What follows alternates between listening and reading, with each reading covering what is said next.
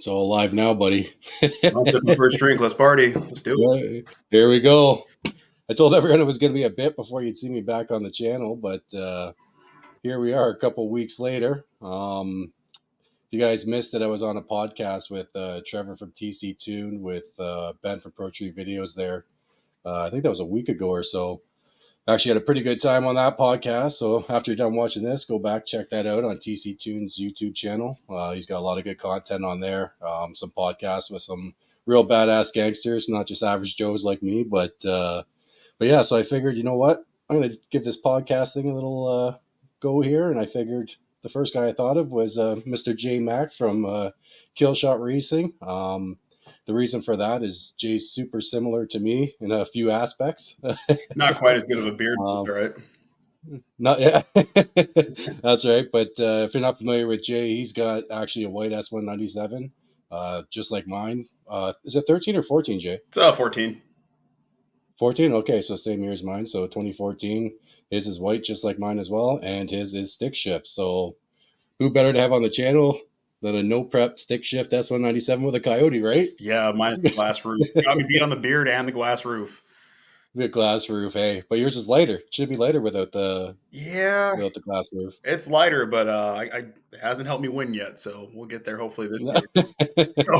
That's actually what sold me on that car, because I wanted a performance pack originally, and I was like, oh shit, I'll go give this thing a test drive anyways, check it out. And I didn't even know glass roof was a thing, so I got it, and as soon as I got in that car, I'm like, yeah, this is the one. Like, I didn't care that I didn't have Brembos, I didn't care that I didn't have 373s. That glass roof was just like, yeah, that was it. That's fucking sweet. I mean, when I got mine, I mean, I'd hate to see the guy's face on him now if he saw the car, but mine was 20,000 miles, bone stock. It was the track pack. And I guess the guy traded it in for a C7 Corvette at the dealership I was working at the time. And then there's an older guy that had it. So you know how older people can be when you turn their low mile car into a, no prep shit box. So sure, he loves that was a similar story with mine. Mine was all stock too when I got it, and it was a guy that traded his cars in every 2 years, so it was only 2 years old when I got it. The guy put like 60,000 kilometers on it in 2 years, which I don't know what that converts to miles, maybe 40,000 miles or something. I think would be. I was trying to math out how much bacon that is. I couldn't figure it out. How much? But yeah, so you're also into the no prep scene. You're in Chicago, right? Yeah. Illinois. Yeah. You're pretty much parallel with me over here in Guelph, close to Toronto anyway, so pretty much on the same line. So this is a down season right now for you as well. Crazy, man. Yeah, but you've been putting in work on the car, right? So yeah, it's just I'm trying not to have to rush in the springtime. I like to get like an early start on everything.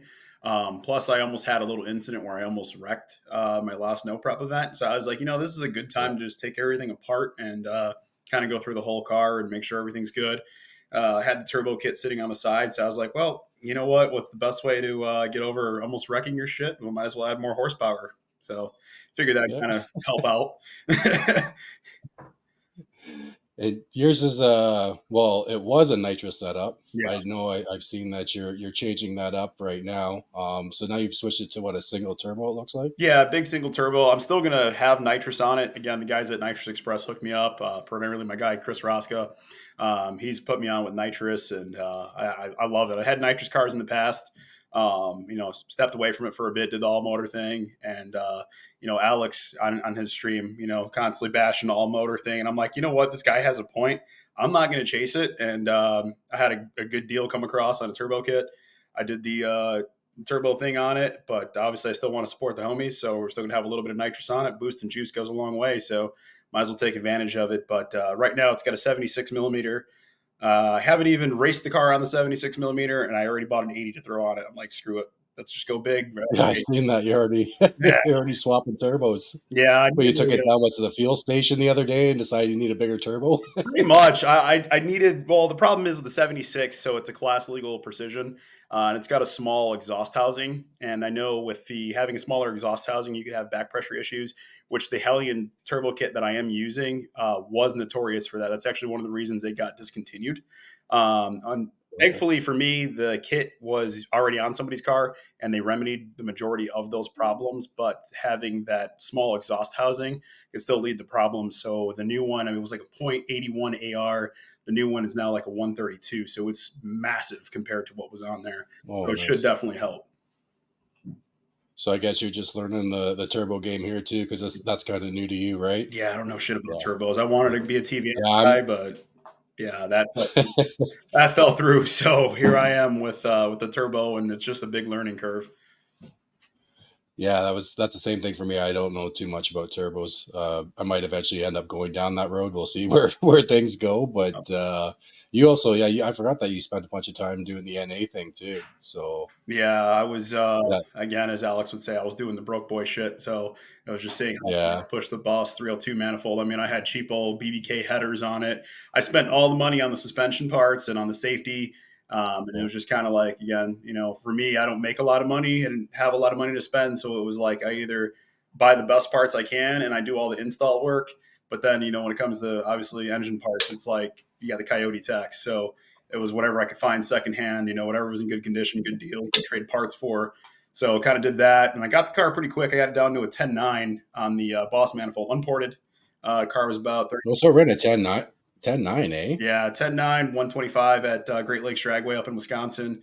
I was kind of doing the DA Warrior thing, and I was up there in October, and it was like Oh, probably low yeah. 40s, and I was like, screw it, let's go for it, glory run. And if I heard something, I heard something, whatever. It's October, but put it on a 26 tire, got the mile per hour I needed, got the 10.9, and that was cool with me. And at that point, next season, throw some nitrous on and start partying. Yeah, that's phenomenal for an NA deal. I know with mine, I pushed mine to a low 12 NA, and it probably could have went a high 11, but I gave up on the NA thing. I gave in, same thing, right? Listening to Alex all the time, YDBT, Absolutely. the goat in this coyote world. So Oh yeah. I gave in too and went boost, and kind of followed his direction on that, going with the 2.3 TVS, and it's been good. It's a fun good setup. Yeah, I kind of envy you. That's what I wanted to go with. I had somebody that I was in talks of trading the turbo kit for, but unfortunately, the guy I was dealing with was kind of one of the trying to say this as respectful as I can, just least knowledgeable kind of thing, where it's like, oh, it's a TVS 2.3, a 10.5 is probably the fastest I can go, even though I upgraded the heat exchanger, did this, did that. That's probably the fastest I can get the car to go. It's like, dude, guys have gone much faster with a 2.3. And Yeah, his thing was that he didn't think the turbo kit was going to be much faster than his blower setup. And my guy that had the turbo kit has passed away now, but my buddy Mark Ruffino, he had that kit on his car and went bottom nines, like 930s on a 6R80 California special car, full weight, wasn't gutted or anything. So I'm like, proof's in the pudding. The time slips are there. You could talk to him yourself. And yeah, the guy just didn't want to go through with it. So again, here I am with the turbo stuff and just learning as I go. holy shit, was that on a stock Gen 1 too, I like think the he motor or had what? he had some more work done to his. I think he had. I'm trying to remember what exactly. I know he had like the Boss valve springs and cams, Boss 302 intake. He basically set the motor up, from what I understand, kind of like a Boss. I don't know if Okay. he had stock internals. He gave me a bunch of paperwork with it, but I couldn't find too much detail on the engine. Again, a lot of the guys, are grudge guys, so it's kind of hush hush. He did help me out a lot. Yeah. There was a few things that I wish I could ask him when he was still here and kind of found out about the engine setup and stuff like that. But now it's up to me to figure that out. And is your Gen 1, it's still Gen 1 in your car, right? Still Yeah, stock Gen 1, or is it built Gen 1. The only thing I have stock are Gen 1? oil pump gears and crank sprocket because I drank the Kool Aid when I bought the car. And, oh, you need them, you need them, you need them. And unfortunately, I bought the boundaries. If I would do it again, I would have went with TSS. But, at the time, I didn't really know much when I got the car. And just kind of fell into the forum trap and tried to do whatever I thought was right. But yeah, otherwise the motor's all stock. I mean, surprisingly, it survived me putting a 200 shot through it without a progressive, plenty of times. That's how much you shot through. It was 200. Yeah, and everybody told me like, dude, there's no way it's not going to survive. It's not going to survive. I'm like, okay, here's some MS 109. Here's a 200 shot. Let's go party. So you listen to Alex going from NA to power adder, but you go nitrous. the other thing that he says not to do. Yeah, I'm a nitrous guy, and being Yeah. hooked up with the NX, So you know, right? you So know, I had to do it. I wanted to support the homies. You know, my guy Brent, Hate Train, obviously Tom, yep, Jimmy Dale, all them guys. You yeah, know, just got to support them. We're always with them at PRI, and you know, those are the homies. So I'm like, oh, let's support. You know, who supports you? And you know, we threw nitrous hell on yeah. it, and like I said, Chris Roska kind of guided me through it all, and I seen some good gains and beat some cars that I shouldn't have beaten, and it Yeah, did very look well. like it was working well. Yeah, look like it was working well. It's typically you don't see many guys with coyotes running nitrous. Yeah, Uh, it's like Alex you, says. I mean, the motors are very similar to like the K series. I mean, they want to rev high. You know, they're good with boost. You know, they don't make torque. They don't have the cubic inches, so you're not going to get as beneficial as like a big cubic inch LS. You know, something like that, where you're going to be able to take advantage of how the nitrous works.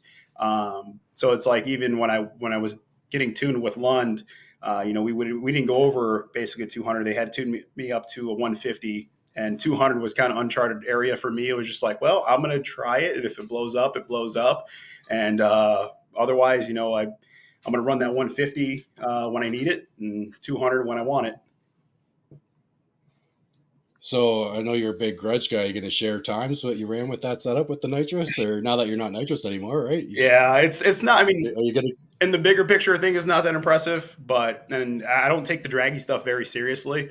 But on the street, on a test session, the best we did was a 643, and that was on a 200 shot Oh with shit! MS 109, NGK 6510s, gap two. I think we had 31, and then I set the suspension up to separate on a stiff wall 3055 Mickey Thompson 2810.5, and the car went a 643 one time, and anything after that was like a 650 car. I felt like the clutch was definitely tired of my shit at that point. Yeah. Well, that's fast, man. That's the fastest my car's been, the 640s. So Shit.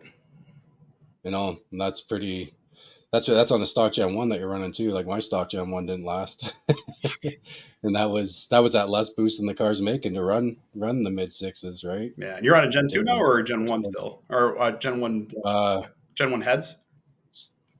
nope, Gen 2 heads, so Gen 3 block with Gen 2 heads, Hell yeah. but same thing, all stock, still all stock internals. It's just got ARP head studs, oil pump gears, and crank sprocket, same deal. Hell yeah. But I've got the boundaries in mind, and they've been in there for a few years now, and no issues. So they've been holding up pretty good. I know that oil pump gears on these cars is kind of like you might need it, you might not, kind of thing. But almost seems like, I think the way Alex said, it's like insurance, right? Or Yeah, I think actually like Joe Goodenough said, right? It's like wearing a condom, right? pretty much. I mean, I don't know what you might need it, you might not, right? But I'm still trying to figure out what those are. I know what oil pump gears are. I don't know what compound alert at yeah, this point.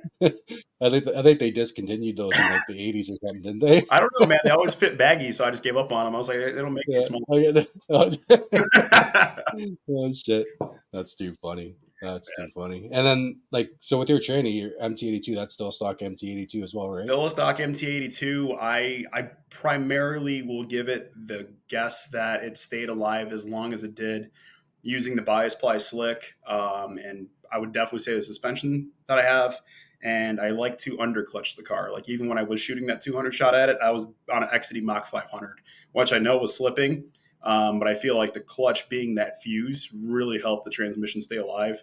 I do have the Mach 600 that I'm going to throw in it for this year and try it out. But, you know, I really couldn't ask more of the MT82. If it blows, it blows at this point. I'd prefer if it didn't, but it doesn't owe me anything. I haven't been nice to it at all. I mean, every time I race it, I can't.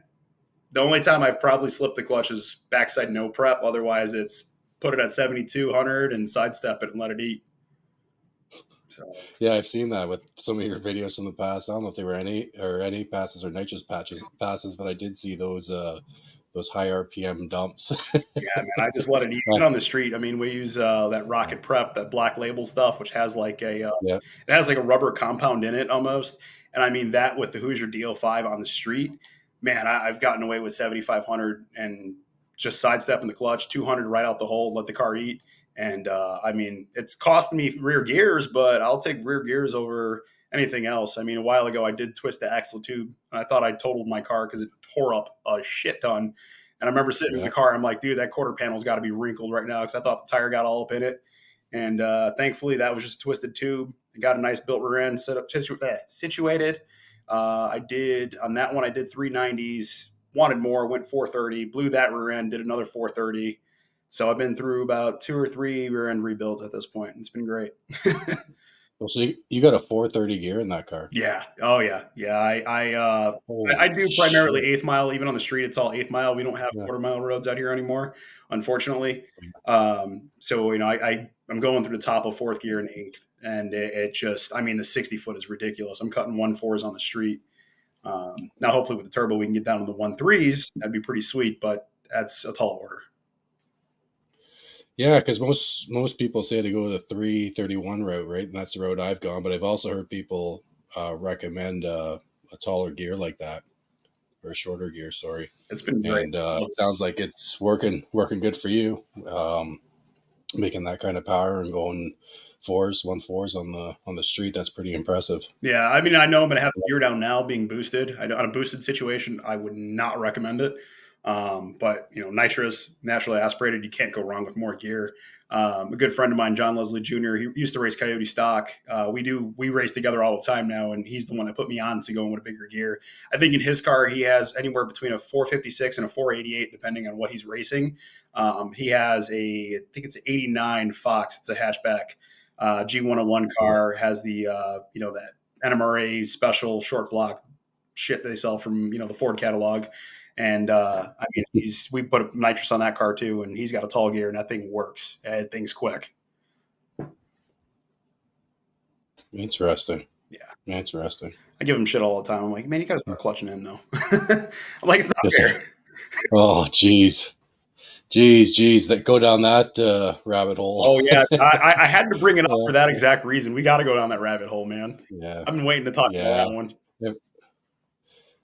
That's always a touchy situation. I feel like most are on the same page that H pattern clutch in is the only way, and that's true stick shift. That's where I'll stand till the day I die. It's got to be H pattern. It's got to be clutch in. But a lot of these cars, well, as you see it, like World Cup or even in the no prep world, right? Like you get down to events like, well, you probably see it a lot in the States. Like not necessarily up here as much do we see that, but down there, like 80% of the guys are not clutching in, right? Yeah, it's strain gauge stuff. And I got to see it at the Outlaw Stick Shift Challenge up at Great Lakes. They did this past year, and Granis and Grubworm, all them guys were out there. I don't think Granis was there. Maybe, I don't know. I can't remember if they were or not. I got there kind of late, but I know Grubworm, a lot of the high power stick shift guys were out there.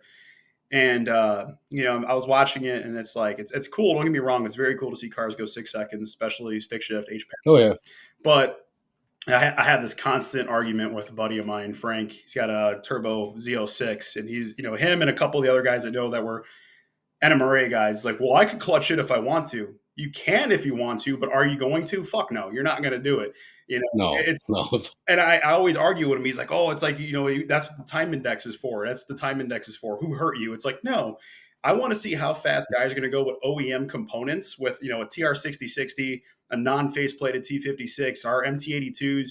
I want to see guys go fast with that, with stock style clutches, whether it's mechanical or a hydraulic, but, your single disc 10-inch clutch. See how far you can push that combo as compared to, well, I got a G101 or I got a faceplated T56. I think that should be the negotiating factor between the slow class and the fast class. They call it the outlaw class. Well, okay, let them guys be G101s or whatever they want to do.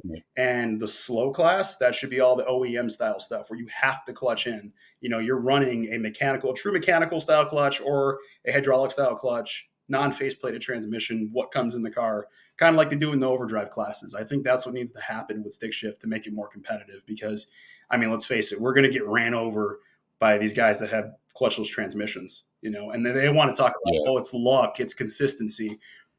I only have a certain amount of luck if I get lined up with a guy like Grubworm. That I don't care what kind of luck they're saying. Like I'm not going to get that lucky in my life. It may happen once. No. They literally would have to break, right? Yeah, it's like you're relying on every round somebody's going to break or make a mistake. There was an MKE no prep race we did. I want to say it was maybe 2 years ago, Yeah, about 2 years ago, up at US 41, and I ran the banger class, and that's actually when I met my buddy John. And I mean, that was the one time where it's like you get lucky every round. So my first round was a buy run. The second round, a guy broke. Third round, I race Nick Larson from Streetcar Shenanigans. They have some Terminator powered Fox body, and I mean, we leave. My clutch is smoking. He's out on me by like 3, 4 car lengths, and I don't know if he smoked the clutch or something with the motor happened. It just starts billowing smoke all underneath it. And I'm like, I'm staying in it. Fuck you. I'm out. I'm not letting go. So go past them. I make it to the final, and I race my buddy John, and he absolutely whoops my ass. I'm sitting there watching him go wheels up. I'm staring like, oh wait, I got to shift. And I mean, I got runner up, but it's like that only happens one time. You're not going to get that every race. There is a factor where it's like, okay, you're going to have to make the horsepower. You're going to have to be competitive. You can't just be lucky. Mm-hmm. And it's hard to swing with some of those cars too, because I assume like your buddy John, that car is probably not a street car. Yeah, it doesn't. I don't believe he has a radiator in it. It's not registered. It's Yeah, not play. I mean, it's a full on Coyote stock car. He used to race factory stock, yeah, went into Coyote stock, and I mean that car is set up for that class. I think literally almost at all times to make class. I think he had anywhere from 500 to 700 pounds in it to make class weight. And I mean, the car is already yeah. sub 3,000 pounds. So it's like, I can't compete with that, man. We got street cars with AC, heat, radios, whatever. That's the tough thing, and I think kind of where you're going there, you have to kind of split up the stick shift class, because that has always been, or more recently, more than the past, is a lot of these classes you're racing a small tire that has a stick shift in it, Mm-hmm. but it's clutchless and all this other driver assist shit, right? To help them get down the track. I do know some places like Dig or Die, right? Like that surface, I've run there twice now. And last year went to the semifinals and got beat by the guy that won it. And I think he's won every one since. And he's got a Fox body. I'm actually not too sure what his setup is, so I don't want to make any assumptions, but it's definitely, I would call it a small tire car with a stick shift in it, right? So, something would really have to happen to take a guy like that out, and he cleans house down there. But I will say at Dig or Die, that surface is like no other that I've been on, right? So that is a bit of the equalizer down there. So I'm actually super disappointed I didn't bring my car again this year, because the surface I feel like was even worse this year than the last 2 years at the Christmas Clash that we went to. But even in the semifinals where I ran McCoy there, with his stick shift Fox body in the semifinals, I lost the tire just a bit out, and a big thing there was actually the DA. There was 1,200. There was a swing in 1,200 in the DA from second round second round to third round, which was the semifinals. So I didn't even look at that, right? So that was a big factor in on how I lost the tire there. But that surface is it's a difficult surface, and I think like last year in first round, I made a phenomenal pass down that track, and I think if I would have made that pass in the semifinals against that Fox, I think I would have had a way better chance. I think it would have been a close race. So it is nice on surfaces like that, but when you start getting onto tight surfaces, and guys got the strain gauge and V gate and all these other non-driver transmissions or setups, I'll call them. Yeah, I mean, you're Right? getting a lot It's nicer than I call it, because I think the shit's absolutely. Again, maybe I shouldn't use that word. We're on live, but there's a word that starts with an F that I'd like to call them, but yeah. fill in the blank there. I just I don't want to take anything away from it, because I just feel like when you're going down that road and you start doing all that stuff, why wouldn't you just put an auto in it? You know what I mean? Like, Exactly. why? Because if you're building a dedicated stick shift car, in my complete opinion, and it's not a street car anymore and it's a race car, why are you messing around with stick shift? Right? Like that's my thing. And you know, when I went to World Cup last year, I was super excited to watch the stick class, right? And then I got up there and I was like, it was okay, but it wasn't, because I knew there was no clutching in. There was no, like, you know what I mean? Like, they sound cool in the shifts, but it just wasn't, I don't know. Like, I go out and see stick shift street cars running, like AV Boys, Tony, that sort of shit. There's there's a bunch of street stick shift guys out there that I don't know, that excites me. That gets, but that's my personal, you know, thoughts on it and feelings on it, right? I'm sure there'll be some hurt feelings over that, but no, that's okay, right? I mean, Fuck. honestly, guys like Tony. I mean, when I got to meet him at PRI 2 years ago, I mean, I literally got to tell him, like, watching his videos before I even had a license, like when I was in high school. Like, he's the reason I wanted to get into stick shift racing. When I saw the Great Mare video, I'm sure everybody knows the video against the Porsche. Oh yeah, That was the yeah, one. I'm like, dude, I got to get into stick shift racing, you know? So it's like, I'm very, being that was what started me on it. And also watching a lot of the old vintage drag racing with like guys like Grumpy, you know, the old school like winter nationals back in the 60s and shit like that. And seeing them actually like power shifting and driving the cars and clutching in. And these were stock style cars. I mean, it was really exciting. And then, you know, getting my own car to like, hey, let's do this. You know, it's like you want to respect that heritage. And, you know, these guys come in, and again, I have no bone to pick with guys like, you know, Grubworm and all them. Like I'm sure I couldn't handle one of those cars. Don't get me wrong. I would probably end up in a shallow grave driving one of those. But I don't know. I think you'd be surprised. I don't like. I haven't driven anything fast like that, but one thing that I did realize recently, or really paid attention to, was actually watching the Christmas tree race, the Cletus race there, and watching the in car from like Charlie Brown or from Billy going down that prep track, right? And it was like let go of the button and the things were straight. There was no steering, right? So I think you'd probably be surprised because you're used to, you know, having to steer the car and, you know, keep it straight. But so on a prep surface, when you see a lot of this in car stuff, it's like looks like a drive in the park, right? It's just like let go of the button, and it's like 3 seconds, 4 seconds later, they're like, yeah, and a that's lot of it. that's And a I'm like, chassis setup too, though. I mean, I've had times where, well, yeah, yeah, I mean, a 16th of an inch on my bar lengths in the car, all of a sudden it's driving left or driving right, and I'm fighting the car. And then there's times where mhm, it's like just the anti-roll bar. There's a smallest little weight change in the car is doing the same thing or blowing the tires off. So I think a lot of that goes to the talent of whoever set the chassis up. Don't get me wrong, the drivers, balls of steel, hats off. But like, you know, a lot of it comes down to you're only as good as your car. Like, you have to have that car on kill. And then when you're behind the wheel of it, I mean, you mentally have to be on kill as well. You know, you kind of turn into a robot, man. You just let your mind do the thing, and it's all muscle memory, I feel like. But yeah, you know, the car has to be there. As compared to like what we do, I mean, we're purposely adding weight in the car and trying to make our cars work on bad surfaces where we know we have to drive it. Granted, I think it is still crucial, the car setup, but I think it's a lot more driver with doing like backside no prep. Because even yeah, one event I usually race, which again, I got to see you come down to it at one point at 41, the streetcar brawl, because it is literally, if you're yeah. able to win and get competitive at the streetcar brawl, dude, dig or die is going to be a breeze because that surface is literally one of the worst in the country. Um, You think so? Like, where's the digger? Like, where's the Darlington? I Or would it's say not it's Darlington. worse. I mean, Rockingham backside. there's literally Yeah, cracks with grass growing in it, like on the 60. that's. It's fucking sketchy, bro.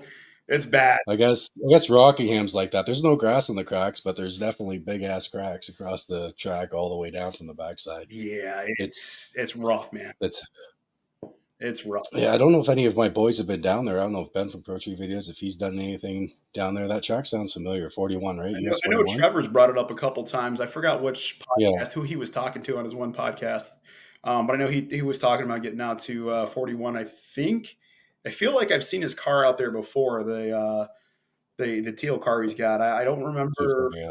I don't remember what event, but again, I've been to so many that it's just like kind of all blurs after a while. But I know he's talked about 41 before, but it's definitely a nice facility. Unfortunately, they're trying to do some bracket racing bullshit, but there is still a lot of grudge stuff that goes on there, and the no prep stuff is definitely alive. They do a monthly event.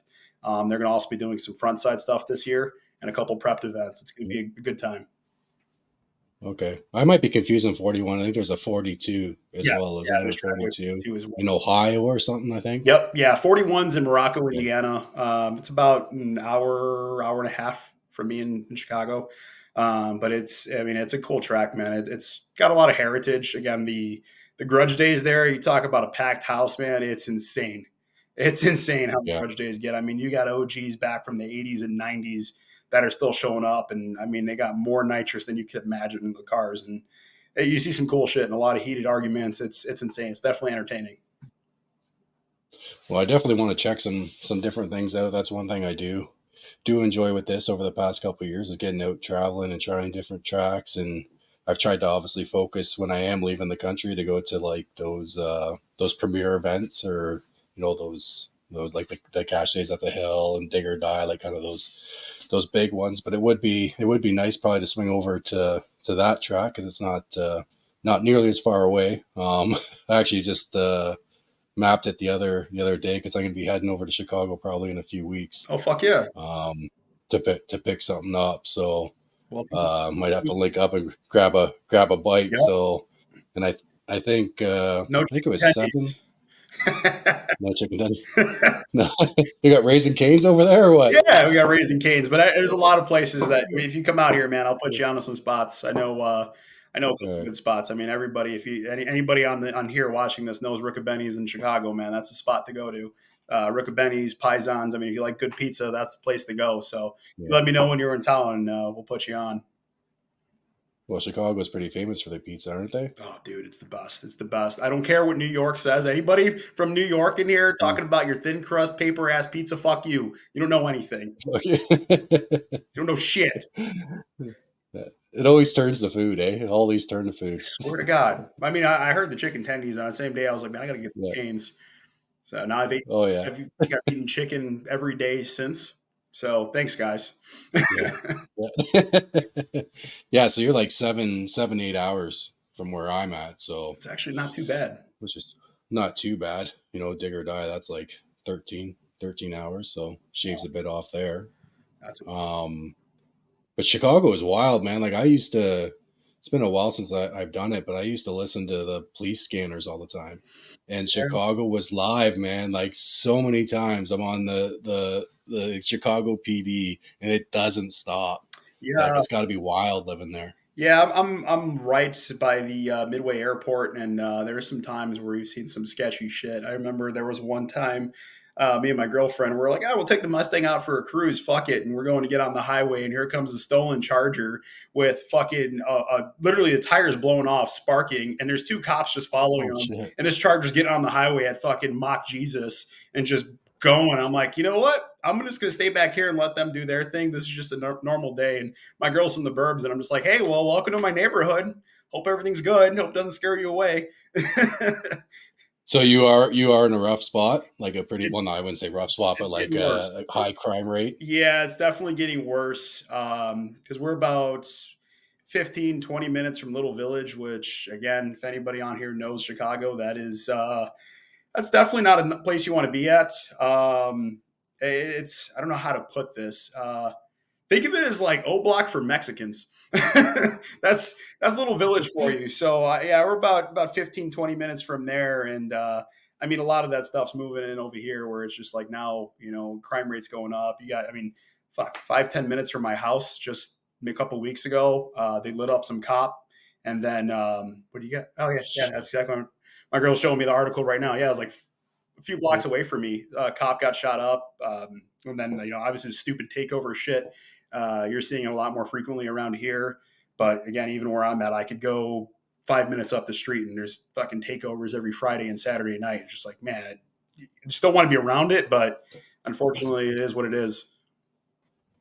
Yeah, I know there's quite a bit of that in Detroit too. It's actually crazy. Last year we were coming back from PYOP at Milan, and we're going on the highway. It's like 2-3 in the morning, fucking just flying, trying to get back to Canada. And I'm like, what the fuck is going on up there? You see a bunch of smoke off the highway, right? We get closer, it's an industrial area. And we're like, holy shit, like a real takeover, right? Like that shit happens here up in Toronto a bit and stuff. Not like Toronto's 45-ish minutes from me, so not typically up that way, but it was just kind of crazy driving down the highway and just seeing a takeover off, an industrial area, like what you see on YouTube and shit. But that stuff's retarded anyways, in my opinion. But it was kind of cool to actually like see it in person. Like, oh wow, there it is, right? Like I like to bully those kids. I definitely it's fun because they get so in their feelings, and it's like, dude, all you guys know how to do is wreck shit and like do donuts and you barely know how to do that. Like Yeah. do anything we do and you're going to wreck your shit. I promise you.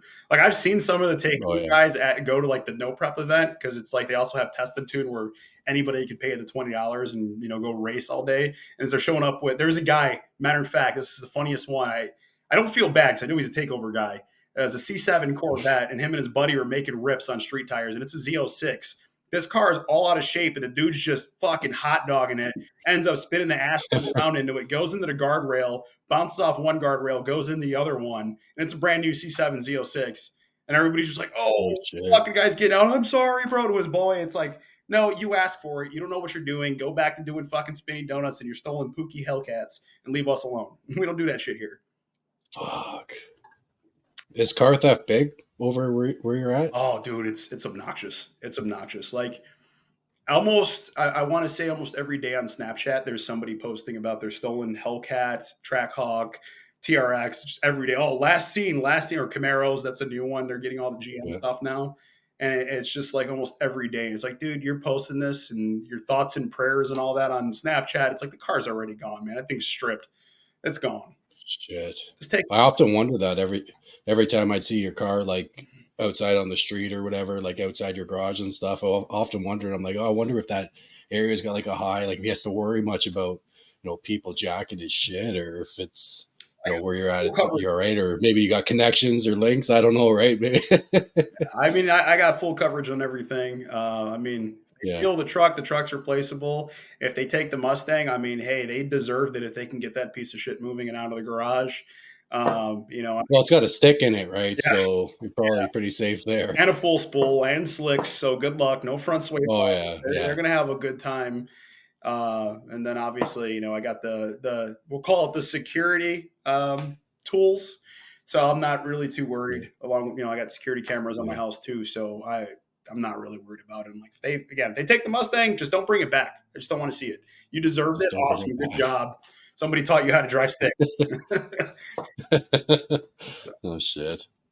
Full coverage. So what's your plans for this year then? You plan on still doing the no prep stuff then? Or I know at the end of the season you were getting sort of kind of frustrated with the way things were going, and I know I was in the same boat. It was funny, you posted something up and I messaged you and I was like, yo dude, I'm feeling the same right now. I just just kind of having a bit of a downer. So I didn't know what your plans were going forward, because I know everything, well, pretty much everything I think I've seen you do since we've linked is all no prep. So I don't know if there's anything else you plan on doing or sticking with the no prep. Or I definitely want to do. I kind of want to. So it comes down to some things that happened last year, because I was doing a lot of no prep and I was doing a lot of street stuff. Because since I got the car, I mean, I have to go far back, but my first car that I started racing was an 04 GTO, built, not really even built, stock bottom end LS1 with some nitrous on it. And, I used to race a lot back then, blew it up, fell out with a lot of friends because you know how it is. They ride the hype train of like, oh, he's got a car. Now he doesn't. Fuck this guy, whatever. He ain't shit. So I got out of racing for a while. When I got the Mustang, I got back into the street stuff to kind of prove a point. Like, man, I want to show them like, hey, I'm here. I'm competitive. I want to start building my car. I really got heavy into the street stuff the last 2-3 years. And this past year I went, I'm proud of it. I mean, I went undefeated on the street. I wish I could do the same at the events, but nobody beat me on the street. It was awesome. It was a good feeling, but I swear to God, every fucking race, it was crying. Like I remember for one specific one, and I'm sorry, Phil, if you see this. The guy that was driving the car, he's a cool guy, but his tuner was popping shit off. I was at the time tuned by Lund, and even now not being tuned by Lund, I still am a Lund loyalist. I think they're fucking awesome. Alex talks that shit. Obviously we're all Amory here, but their tuner just popping their mouth off. Oh, Lund sucks, Lund that, Lund this. Okay, well, let's take your 5.5 liter stroker and shove it up your ass. So we got in the race, fucked them up, and that I actually chipped the tooth on my gear. I shattered the gear almost. Car still made a full pass. Came back, they're like, oh, you're just scared to rerun it, this, and that. I'm like, dude, you got fucked up. Leave it alone. You didn't want to go head up. You wanted me to give you the brake. You got a trans brake. You got a 10R80. You got a bigger motor. Fuck you. Done. Turned into this whole argument, whatever. So that was like strike one for me. Did a few more other races on the street. We raced the Indianapolis guys. Those guys were awesome. That was no drama. We raced some all-wheel drive Honda, right? So we were both kind of trying to play the hustle. He was trying to act like he was front-wheel drive. He was under the impression that I was on motor. I wasn't going to tell him different. Yeah. So we lock in the race and everything, and he's like, the only step on his end, because I like to do everything head up. I don't take land. I will give it, but I don't take Yeah. I don't take the hit. Nothing. Like, I want to see whose car is faster, who's a better driver. I don't care. To kind of, to me, it's not racing. So I'm like, yeah, let's go head up, this, and that. And the only step that he wanted to stage up first. And I'm like, well, I'm not going to sit here and be on my two-step all day. Or, he wanted me to go in second, or no, first. He wanted me to go in first, him go in second. I'm like, I'm not going to be on my two-step all day. These coyotes don't like that shit. I'm not going to do it. He's like, all right, well, I just need 2 seconds. Just give me 2 seconds to spool up. If past 2 seconds, whatever, we're done. I'm like, oh, cool. I'm leaving on 2 seconds then if you're not spooled. Sure enough, that happens. They're fucking crying and arguing. Oh, we deserve to get paid. I'm like, no, the fuck you don't. You stepped, you wanted 2 seconds. You got your 2 seconds. You fucked up. Too fucking bad. So I'm like, how about this? I want to race. I don't want to take any fucking money on that. Like, let's actually race. So we go back, we race. I blow his fucking doors off in the 60-foot. I'm driving out his life. All-wheel drive K-Series with a turbo. So, you guys, I don't let these Honda with the laptop guys get in your head. Fuck them. They're still rice burners. So Hey, fuck you. I love Hondas, bro. That's where I come from. That's 2000s. All right. But yeah, I'm driving out this guy's life, and he just lets off because I guess he missed the gear or whatever. I mean, I was already 2 cars ahead of this guy when he misses a gear, so it doesn't matter. It's not changing the outcome. He's crying as soon as we come back. Well, we still deserve to get paid for this, for the first one. We should run it back. We need to run it back. I'm like, dude, I just did 2 hits on the 200 shot MS109. My plugs need to be checked, and my bottle pressure is not there, dude. We're not doing it. I'll come out to you guys in a few weeks, and we'll do it. Sure as shit, a week later, they're racing some GTR, pulled the same shit, didn't want to pay the guy. So I'm like, man, this street shit ain't for me. This is starting to get stupid. So again, I start doing more of the no prep stuff. I'm like, all right, we'll try to do more track stuff. Again, my guy John's kind of like, hey, come over to the track side and do that stuff. Cool. So we're doing that. And then I try to dip my toes back into the street stuff, and we race guys from South Bend, Indiana. Now, that was a fucking shit show because every race they wanted something. They wanted to cry about something. The guy I raced had a twin turbo. I want to say it was like a 2017 Mustang. The guy starts spooling before his flagger is even ready. They got the flagger and everything. He's already spooling and on the fucking chip. His guy points to him. Okay, cool. Flashes of the lights. He points to me. I'm going up on the chip. And he just leaves. And they're sitting there trying to say that I jumped. I'm like, dude, you literally left 2 days before the race even started, bro. They're fucking arguing this and that. I mean, we're probably out there for like an hour arguing. I'm like, dude, don't get me wrong. I'm not that old. But mentally, I'm like, I feel like I'm 40. And I'm like, I don't know what the fuck I'm doing with my life that I'm sitting out here arguing with a bunch of hillbillies in the middle of fucking nowhere over who jumped first. Like, I'm not doing this shit no more. So again, more into the no prep stuff. I almost wrecked my car, and I'm like, you know what? If we're not gonna get more into the no prep stuff, I don't want to wad my car up. We need to take it more serious. So I guess with all that side story that I just brought up, the answer would be that we're gonna do more track stuff because the streets are fucking dumb until people learn to stop crying. And honest to God, I want to do more traveling and doing more. I want to go other places and race other places. And obviously I people in Texas and shit like that. I want to go race with them. And, Yellow Belly is one I want to go to. Yellow Belly. Yeah. Yeah. I want to do That's a fucking long haul. It is, but man, like I said, I got my homies down there, and I know we go out there and race. Yeah. They got my back. And again, like I want to experience more of the front side stuff. I don't mind the backside no prep. Still going to do some of that, but I do want to set the car up to kind of start going more into the front side. Again, the streets are kind of dead for me. It's always a crybaby pissing contest, and I don't want to do it no more. Fuck that shit, Sounds like those guys are from California. Dude, I was just watching a Valley racing video the other day of that shit. Oh my God. You seen the one with the white Hellcat or no Track Hawk against Bowdown's Camaro, and just the fucking arguing and crying? No. Like, bro, come on. I haven't watched that channel in probably 2 years, man. I couldn't take it anymore. Dude, it gets so bunch of grown ass men fucking arguing for half an hour after a race, and then they throw some dice for 15 minutes. I'm like, I can't do this anymore. Yeah, like no one's paying anyone. It's just the street shit ain't what it used to be. Like I remember, again, when I started racing. I mean, you had big power cars, sitting there. I mean, going wheels up on the street, but it was always a head up race. It was rarely handouts. I mean, that was more of the north side shit. North side Chicago guys, they're the rainbow crowd, if you know what I mean, and they like to ask for land and hits and all this other bullshit.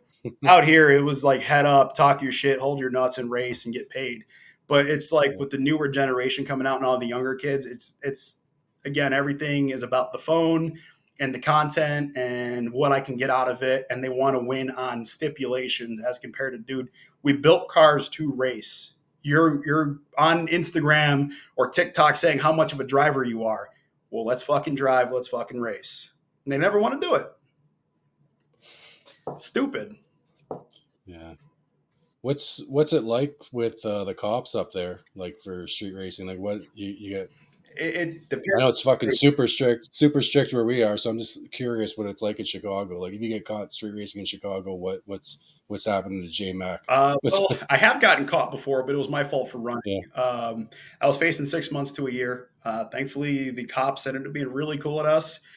Turns out one of the cops had a WS6 as well. My buddy that I was racing had a WS6, so they start getting buddy Yeah. buddy, and they ended up becoming like best friends. And hey, you know what? You guys aren't that bad. We'll go to court. We'll see what we can do. Got an awesome lawyer. I think paid like 6 or 7 grand in fines and lost my license for 4 years, fresh out of high school. And Oh shit. yeah, that was my last run in with getting caught. But now, obviously, we don't do it in those kind of same areas anymore. And where we race, again, if a lot of guys, I don't know if you've seen the Street Outlaws episode where 405 came to Chicago, but we used to race on that road. And a lot of the cops out there are kind of just like, hey, you guys need to leave. And as soon as I'm gone, I don't care what you guys do, but you guys need to leave. If there's a lot of cars, they'll, obviously sit there and the road's burnt up for the night. You're not going there. The other spot we go on the farther south side of Chicago, we kind of play cat and mouse all day, going, different little meetup spots. Then we'll go to the road, crack a few races off. But the problem with that road's very known by everybody and their mother, where you get a lot of the takeover crowd that shows up there too.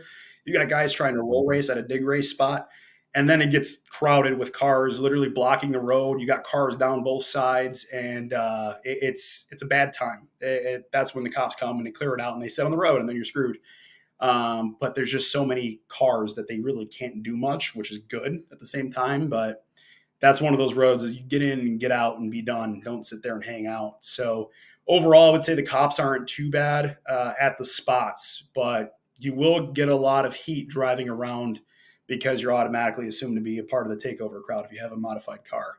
Oh yeah. It really sucks. It really sucks. I mean, I've had times where I'm like, dude, I want to just take my car out and cruise downtown Chicago, enjoy the lights. And it's like you're sitting there and every 5 minutes there's a cop tailing you for blocks. And you're just like, come on, man.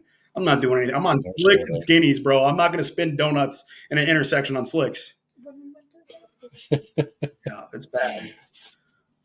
So I was gonna mention, I was thinking before we got on, I was like, it'd be kind of cool if you made it up maybe to one of our events, because just on this side of the border, John from Pro Street 519, he has his events at St. Thomas, which I think from you would probably be 5 hours or so, but I figure it's probably safe to say you can't get over the border. I can't. I'm an alleged felon. Alleged. Oh, okay. Hey, I got away. I got a couple misdemeanors and shit like that, but no felonies, thankfully. All that's good. Yeah. Like I said, just a good chunk of misdemeanors, a few overnighters, but nothing crazy. Try to keep my nose clean. So you might be able to come to Canada. I hope so. I'd definitely like to. I definitely, like I said, I want to do more traveling. I'd like to get up there, do some racing. That's a big one for me. I want to go to plates and 28s. Obviously, Yellow Belly. Yeah. I got, a shit ton of tracks. I'm sure you heard of it. Well, yeah, you did mention it on Trevor's podcast about War in the Woods.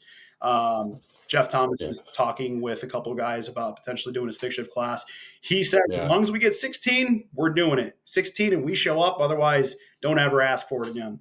And I think the 16 cars we can do, but from what I'm understanding and what I'm hearing, it's going to be you run what you brung as long as you're a stick shift H pattern car. So yeah, again, that's pretty much it's kind of what they have to do for the stick shift classes, though, to be honest, because to get the car count. Yeah. It's hard, as you know. Like we were talking about that the other day. Is how many cars do you guys get that show up to these stick shift races where you go? Right? I mean, we're lucky if we get 8, but again, it's a lot of guys are scared shitless because they think fucking Grubworm's going to show up, and it's like, dude, it's literally me that never makes it past second round, and two other cars that always win that you have to be worried about. Because me, I'm the one that the guy that shows up out of nowhere. It's like, oh, cool, you drop me. You're like, oh, this guy's going to be easy. And then for magic, for whatever reason, I get lucky and make it past first round. And then that guy's like, well, fuck this. I'm never coming back again. Yeah, that's a tough thing. Like I've had some pretty good success up here, but up here is totally different than down there, right? Like for the most part, the stick shift classes up here, which you've probably seen from my videos, Oh yeah, they're all pretty close, right? Like there's really no one that's just like stealing the show yeah. It's when it comes to that. what our classes that we race at 41. There's one guy, Victor. He's got a white GT 500. Cool guy. His car is fucking flying. I want to say it's 2009 or 2010. And that car is hauling ass. And then my buddy John, it's always the final with them two going at it. And I mean, their races are literally by like inches. And then it's just kind of the run of the mill, like whoever shows up out of the other four cars. And again, I will beat my chest on that. Every time an out of towner shows up, I end up getting them first round because I'm just like, hey, you seem like you're fast. Everybody's saying that you're fast. Let's do it. I want to go home first round. And if I make it past first round, well, you're going back home. Fuck you. But that's my only luck. But I mean, we've had some cool guys show up from like Ohio, a couple guys from, I want to say, what is it? Rock Solid Motorsports. Their Datsun was out one time. And a couple of guys from deep Indiana. There's a C5 that comes out. He's got the carbon quarters. It's badass C5 Z06. He's came out a couple times, but it's usually the same group of guys, and the same two guys are always winning it. So hopefully we can get some upsets this year, especially if we get you out there. So we can mess it up a little bit. Well, that's the thing. It gets kind of, that's the other thing that gets kind of tiring is racing the same cars all the time, right? Mm-hmm. So that's kind of the tough point where I'm at right now. I know the first race I want to make is there's a PYOP, which is the first one, I think, definitely in Ontario, possibly the first one ever in Canada. I don't know if out west, if they do any pour your own puddle stuff, but this will be the first one here. A couple new promoters at Toronto Motorsport Park. So they're not running a stick shift class, but they're running a modern class, which I'm liking the rules on that. So it's, at first I think they had it like 09 or 10 or newer. I talked to promoters like, S197 chassis starts in 05, right? And like just trying to think, where should you cut that line for modern? And talking to them, they're going to do it from like 05 on, so which is pretty cool. And I'm trying to remember all the rules. Full exhaust, gotta have full exhaust. But you gotta run tailpipes, bro. If I go turbo, that motherfucker is gonna have tailpipes. I gotta be like Bones and run how much fucking car out back with a fucking big old wang. Oh, yeah. I wonder how that'll work out. But that's, hey, they go. There's a purpose built race car, right? So I'm sure there's some kind of method to that madness that's going on there. I guess we could say that car.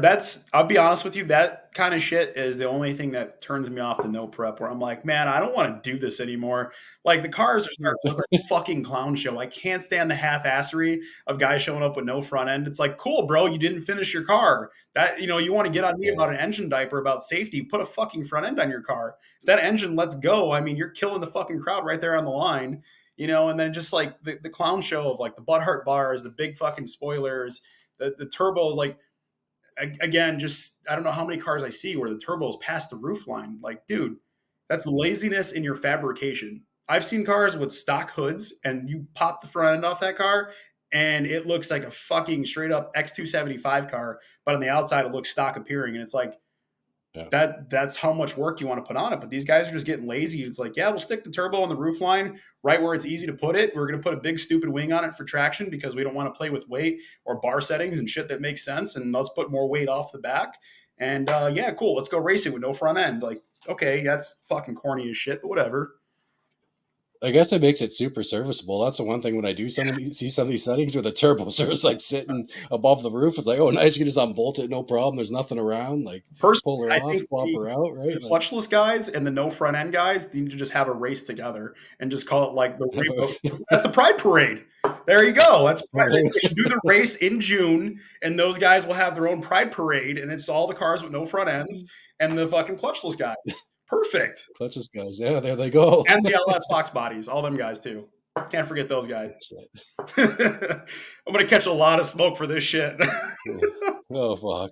It's all good. It's all good. I'm just a slow ass So you're gonna Cicero. are you gonna stick with the stick shift classes then? Is that what you're thinking? Or Yeah, we're actually so my car's yeah, gonna stay stick shift. We're gonna race the stick shift class with mine, and then we're building my girl's car. She has a '98 Z28, and I'm building her a little nitrous bullet for that thing. She nice. wants to go fast on a 4L60. I judge her for it, but then again, I'm like, well, I'm also an idiot trying to go fast on an MT82. So Oh, what nice. can I say? But yeah, we're gonna set her car up more for like true street and daily driver kind of shit, and then I'll stick to the stick shift stuff and kind of have two cars to kind of do a little bit of everything with. We need to get on that list, Which the one? fastest MT82 Oh list. yeah. I keep forgetting about that. It just yeah. I guess well sometimes people say, with micro records, which yeah, I wouldn't consider a stock MT82 a micro record. Because I know the stock the MT82 top 25, if you have Caliber stage 3, that sort of shit, you can get on there. Or no, is it stick shift? Sorry, I think it's the stick shift top 25 that's on that stick shift coyote group on Facebook. Um, but I think the record for an actual stock MT82 is like a 930 something. I know I looked into it recently and it was a 940. I think someone just recently beat it and ran like a 930 or something like that. I think that was there's the Marcus guy. He's got that green stick shift S197 that's fucking working. It's got that fluid twin setup on it. I'm sure you probably follow him. Yeah, you're giving me bad ideas because like now I kind of want to chase that record, but it's gonna be my jank ass Hellion kit going up against a fluid kit. That's a tall order, man. That's a tall order. Well, he's got a T56, but it'd be nice to if you can get that MT stock MT82 to run a low 9. That's I think the record sits at a 930 something. So I know I said to my boys like that's where I would like to get with the car. I am not taking that transmission out. That transmission is going to blow apart before it comes out of that car. So Yeah, I'm on that same boat. I mean, like I said, and as soon as it blows, I'm just gonna, I part of me wants to learn how to do the MT82 and be able to service the stuff myself. Again, I'm to quote Alex, I'm on the Dolo shit where it's like I don't really have a lot of help. Where it's like I got to kind of yeah, learn to do everything myself, work on the car myself, figure it all out, how to do it. And it's like again the financial situation and what I have available to me in the garage to do it. It's like you kind of got to get to that point. So it's like I want to learn how to do it. I wouldn't mind sending it off the Caliber, but again, if I could learn how to do the MT82 and invest in it, and if at that point, yeah, I'll stick with the MT82 until I can't go any faster on it. Kind of like what they did with the 6R80. Granted, they're nowhere near the same, but kind of the same ideology of like, well, I'm going to master the MT82, learn it, push it as far as I can. I'd like to, but again, it's a good an idea. It's good on paper, but actually doing it, we'll see what happens. But I realistically, I'd like to see that car get in the 8s with an MT82. That'd be fucking badass. and I personally I like the MT82. It fucking sucked when I got the car, but after doing the clutch and the MGW shifter, clutch line, flywheel, all that shit, like I like that transmission. Like Yep. a lot of people talk a lot of shit on it, but once those few changes on it, like that thing's butter, man. Like I love feels good just cruising around. It works great when I'm racing it. Like I would really love for it to hold up. The problem for me though is if it blew apart and I had to get it built, is you just see with that Calamar stuff, it's like a 50-50, man. it. Yeah. Like either it's a dud or it's good, it seems. And maybe I should watch what I say when I say that and watch what I say now, but it does come down to driver too, I think, right? And It really that's, does. There's a lot of if you fucking can't, assholes that drive like yeah, Pillows. They think they drive the car like it's an '03 Cobra or with a T56 where you have to ram the gears. The biggest thing that I tell everybody that I know that buys an MT82 car, I'm like, dude, if you've driven a Fox body with a T5, you're gonna love this MT82.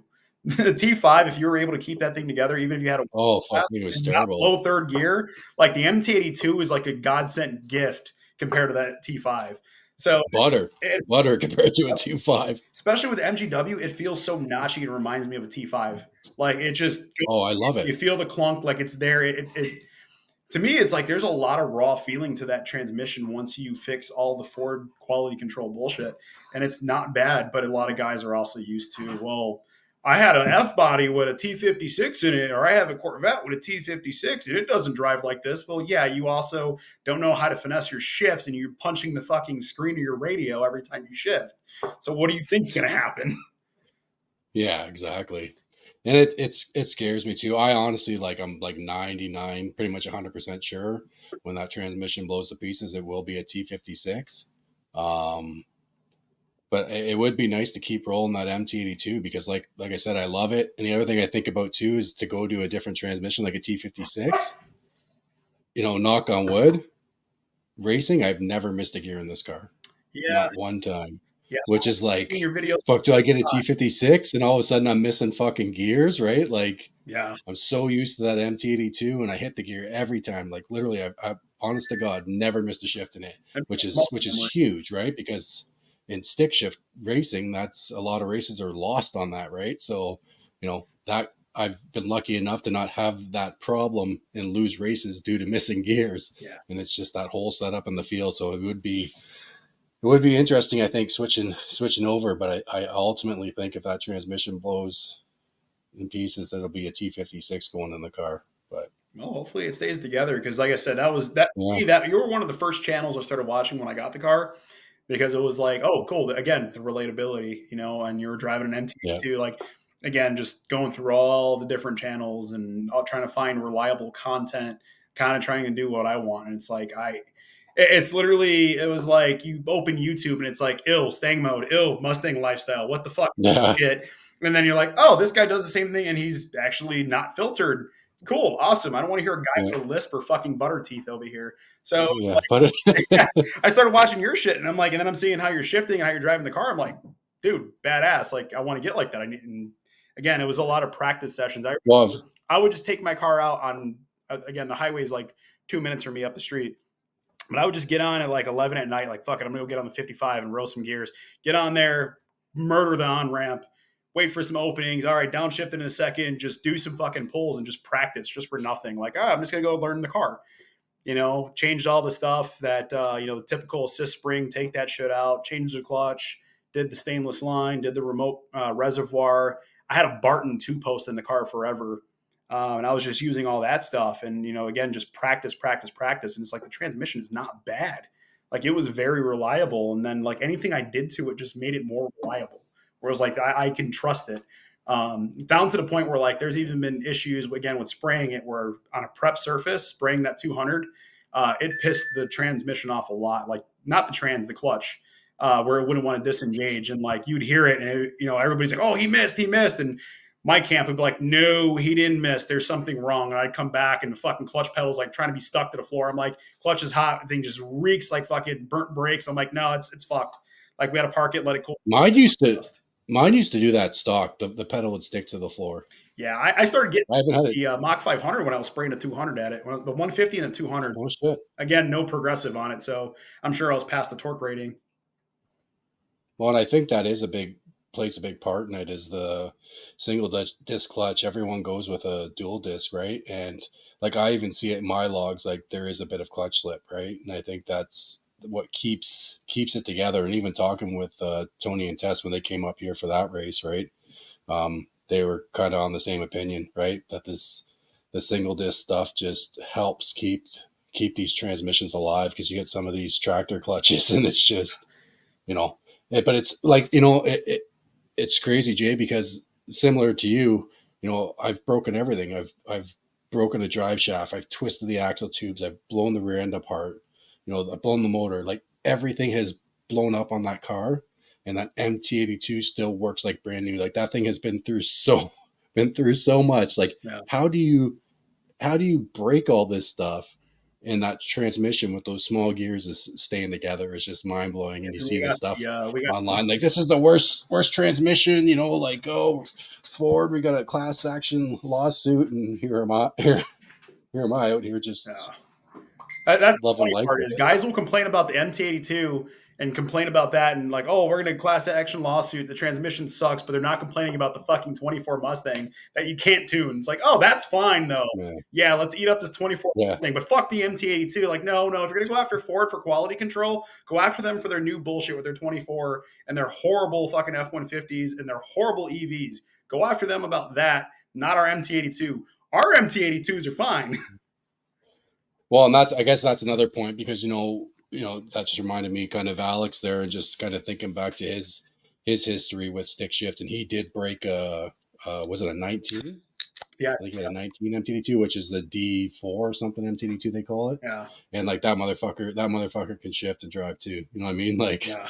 like you and I've watched your videos. You can shift. I've watched Alex videos obviously for a long time too, and that guy can roll gears. I've been watching him since he had the S197 because I got into like investigating this Mustang stuff, and it would have been probably around 14 because it took about a couple of years before I bought my car. But I was following, Dude in Blue, Mustang Lifestyle, Oh. all these guys back then, like just to try to get some info and to get into the game.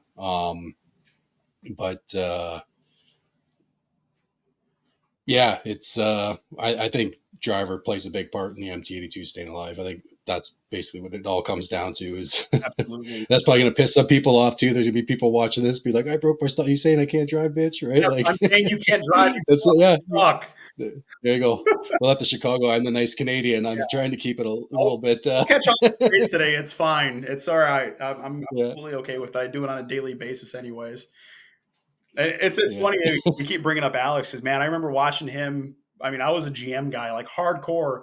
The S197 has really been the only Ford that like I wanted. There's some obviously Fox bodies and shit I like. There's some out there that I like, but I was always a GM guy, like hardcore GM. And I remember watching him back when I had the GTO and just him talking shit on LSs. He was honestly more than half the reason I was like, let's try this Coyote stuff out. Because, man, I used to dog on Coyotes so bad and Mustangs. I'm like, all fucking loud. They don't go nowhere. All this, and that. And then when I had the opportunity to buy one, I'm like, you know what? Let's just see what the hype's about. Let's see what it is. And, man, that fucking car, dude, it's hard for me to go back to the LS bullshit. I'm not going to lie. I'm working on my girl's car, and I'm just like, dude, we need to put a Coyote in it. Come on. She likes her LSs. I don't mind them, again, for application. Hey, we blow it up. We send it to the moon, whatever. It's cheap to rebuild, but just the reliability of the Coyote, man, it's a good motor, dude. I'm really glad that, like, each generation gets better, unfortunately, well, till now. But for the most part, they get better. And it's such a reliable fucking engine. Like, it's something we needed on the streets to be competitive again. Because, I mean, the 3-valve, junk. It's a boat anchor. We didn't have anything good for a long time. And I know when I bought mine, and that's why it took me 2 years to buy it, because I'm very analytical with everything I do. So I had to do all my research, and I've had a little bit of everything. And I won't call myself a nut hugger on any platform or any OEM. I kind of like everything unless it gets like Kia or Hyundai or something like that. That's not my jam. But being so analytical, it took me 2 years because I had to figure out what was the best bang for my buck. And that's honestly how I ended up with this car, because I was looking at the SRT8s. I was looking at the SS Camaros, right? And I was looking at it literally came down to the 2014 or 13-14 Mustang was the fastest, lightest, and most cost effective at that time to buy it. And I wasn't even looking at, to me, it didn't matter about having overhead cams or any of that stuff, right? That really didn't matter to me. But now going back, like I was big into the Hondas B series, K series stuff, right? So obviously similarities there, but there's still a lot of people today, like I don't, LS, everything's cool. I like everything. I just picked my platform based on my research, and I'm glad I did, just because now where it's at, like I've got a car sitting out there that has stock bottom end, literally stock heads, cams, everything. Like it's a stock motor on E85 with boost, and it hasn't been on a dyno yet, but it should make 850, around 850, I would guess, right? Like that's insane, right? So even if I, would ended up with the Camaro, like fuck, how much money would I have spent to get that Camaro to where this Mustang sits now? You know what I mean? And again, I got to throw some shade at the Camaro guys, because I've raced a lot of 6 gens. I've raced a lot of them, and they always beat their chest about how fucking fast and GPI and whatever the fuck they're tuned by. And I mean, at least the Chicago area ones, I don't know what tunes GPI sending these guys, but they've been fucking dog shit. And I'm talking like these are gutted out cars with fucking 416s and your Holly high ram sticking out of the hood. And it's just like, why am I putting 2, 3 cars on you motor to motor? My car's not that light. Like I Okay. have a radio, I have heat, I have AC. So I don't know what they're doing with the Chicago ones, but they ain't fucking moving out worth the shit. One of my buddies from my camp, I mean, he's been pretty much the only one that could hold a torch to the S197. I mean, he's got a stock bottom end. It's literally a cam and intake car.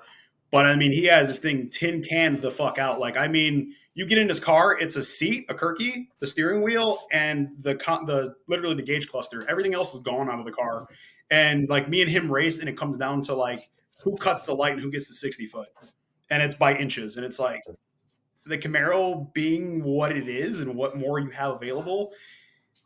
No, it ain't it. And I know I've had some experience with the 5th gen Camaro in the past too, and that thing's dog shit. I mean, it's heavy. The suspension, it's an overweight GTO. The GTO is already heavy as it is. Now you okay? We put an LS3 in it, but the rest of the car is heavy. Doesn't go nowhere. I mean, we're talking Camaros. I'm taking a 4th gen all day. The new ones just it's not the move, man. It's not the move.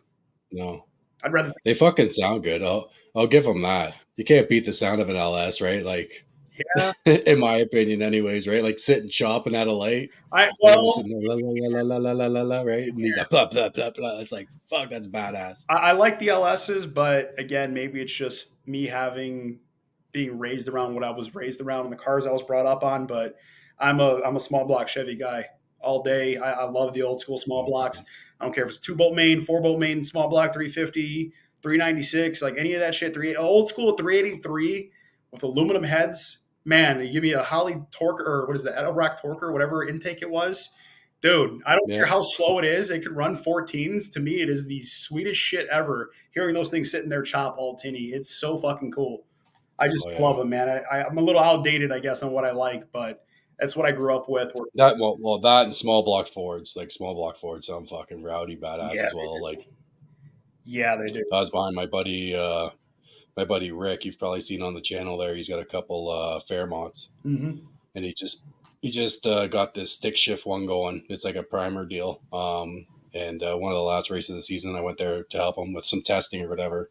So he had his daughter out running the car, and they were headed down to the staging lanes, and I'm rolling behind them, and it's got cutouts, and it's just like, bah, bah, bah, and I'm behind him, like, God, does that sound good, right? And just, especially with something you drive on the street, right? So he street drives that thing, and it's just chopping away and just sounds badass. I'm like, just so envious that I wish my car sound like that, right? I guess that's some of the appeal But I haven't of even, Coyote, though. It could sound completely stock, and then they fucking hit you out of nowhere, and you're like, where the hell did that just come from? yeah, I guess you can get the ghost cam and that sort of stuff, but It's I've been guilty. I've done it. I've had the ghost cam. I'm like, hey, let's yeah. see what it's like. And it's cool for about a week, and then you're like, I feel like a fucking Chad right now with a tribal tattoo. Like I just get this I, out I far. I won't lie. I tried to get it. So like, because originally my car was tuned by VMP originally, and it was tuned by VMP because of Alex, right? That's when Alex worked at VMP, Yeah. and that's when the talking shit was going on, or not talking shit, Tech Tuesday or whatever VMP had, right? So I had to be tuned by VMP because it was Alex. So at that time there was no Ghost Cam tunes, and then I had a couple other tuners in between going to Lund, and then finally when I got on with Lund with Alex being there. Did the TVS, everything, so it was ready to get tuned. And it was actually Alex that tuned the first round of tuning on the car. And we get to the end, everything's good. I'm like, yeah, all good, wrapped up. Send me that Ghost Cam tune, bro. Fuck yeah. And I'm pumped. I'm just sitting there waiting, right? Because I'm like, I'm going out to the car. We're putting this on. I'm firing up. We're gonna chop, right? And he responds back. He's like, sorry, no Ghost Cam tunes for the Gen One TVSs. And I'm like, no. I'm not gonna chop. I was pumped, bro, because I was like telling buddies, I'm like, yeah, I'm gonna finally get tuned by Lund here. I'm gonna be chopping, Ghost Cam tune, and be flexing through the parking lot, and then I was let down. Bro, I can relate. Like I said, unfortunately, I'm not tuned by Lund anymore. And it was the day. So I did the turbo kit. I set everything up. and I go to buy my tune. And again, it's nothing on their fault. If you were to bring this up on Talking Shit Tuesday, like I'd flat out have to admit I chose shit parts. I don't have the vetted quality. But again, my budget, I'm broke boy shit, so I got to make fast at what I can get good deals on and make it work. I bought the tune. I'm all excited. I'm like, hell yeah, we're gonna be Lund tune. We got the fucking turbo set up. We're gonna go break some fucking necks on the street. Like this is gonna be badass. And Nardi's going over with the setup with me, and then I got to the end of it, and he's like, "Yeah, so I talked to Junior, and we're not interested in tuning this. We're gonna refund you." I was like, "No!" Felt like a fucking bad breakup, man. I got home, my girl's at my house, and she's like, "What's wrong?" I'm like, "Dude, I feel like somebody just kicked my dog, man. I'm just fucking sad." I'm like, "They don't tune me. Like, I'm depressed right now. Like, I need a week to get over this." And again, I it's not a bad reason I'm not tuned by them anymore, because a lot of guys will go there and, oh, fuck them, this and that. They have so many idiots that want to get tuned by them. You got to think about how the volume of just like Alex always talks about, it's diagnostic knowledge that you should have as a car owner, especially if you want to race, and you're blaming it on the tuner. And it's like the DMAS, you know what I'm talking about, the DMAS guys are going with that. And it's like, tune this. It's like, dude, it's not going to work. So again, I can't blame them for not wanting to tune the setup that I have. It is an older Hellion kit. I know it was prone to issues. I know it's not the most perfect kit. And again, they want to streamline things. They want to keep things professional. But, at the end of the day, it's business to run, I'm actually super surprised. Like, obviously you didn't know that going into that setup, that wasn't something that they were going to tune. But, kind of where you go there saying, the people they got to deal with and the issues and shit, I feel like they're obviously super familiar with you and what you do, and that, you kind of, what you're doing. So I'm super surprised that they wouldn't tune the setup, because I could be wrong. I don't know if Junior knows who you are and kind of what you do, so. Right? But I know I know Alex does, right? I think, well, I know Alex knows what you do, right, and what you're about. I don't think so. I think I kind of just fly under the radar. I kind of like what a lot of people. I kind of just fly under the radar. Like, this is probably going to be the highlight of my my YouTube and social media career, is being on your podcast. But like, I kind of, well, this is going to pop yours off. This is going to pop your YouTube off. So after this, all the people are going to start subscribing, and you're going to have to make more fucking videos. We'll see. I mean, I'll get on it for sure. I'll try. But man, them 6 likes, y'all let me know what y'all want from 7-Eleven, and I got you guys. Oh fuck!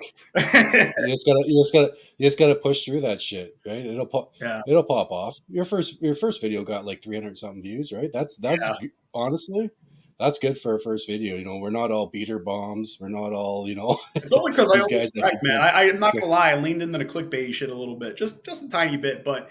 Oh my God, my car wrecked, and then the car never wrecked and just went A to B all day. Like, hey, I almost wrecked my car. Here's some footage. Here's my day. Here's how it went. But, again, it's just, I'm so low in the food chain on the social media thing. Like, they definitely don't know who I am. And that's okay. I don't want to be one of these guys like, hey, I'm on YouTube, guys. I got X amount of followers on TikTok, guys. You need to tune me right now. Cause I mean, again, I hate to throw shots at guys that I will say are more advanced than me and done more in the racing community than I ever probably will. But like, I had to listen to that shit ass Go Hard podcast when Boyd was on there, and just how Boyd was talking so highly of Shoemaker. It's just like, yeah, okay. Oh, look who I am. He tuned me at midnight. This and that. Like, these people have lives and have businesses to run. They don't need to cater to nobody. You're nobody special. If you have that mentality in the racing world that I'm somebody, I deserve VIP treatment, you're what's wrong with the racing community. There's too much of that. People be superstars. It's fucking annoying. And that's not what I'm like, saying, like, because I feel I'm just like you. I'm just an average dude, just doing my shit, streetcar, whatever, right? It's just, I don't know. Maybe it's because I follow you and I see your stuff, and I see you're up on Alex's lives, going back and forth with Alex, and I just, you have experience. You kind of, what you're doing, right? You've built multiple cars. You're not just a dude, out there putting E30 in and doing that shit, right? Doing baby. Yeah. So E40. Need a soundboard here like Alex. Yeah. Tell me when to go. Oh, it's good.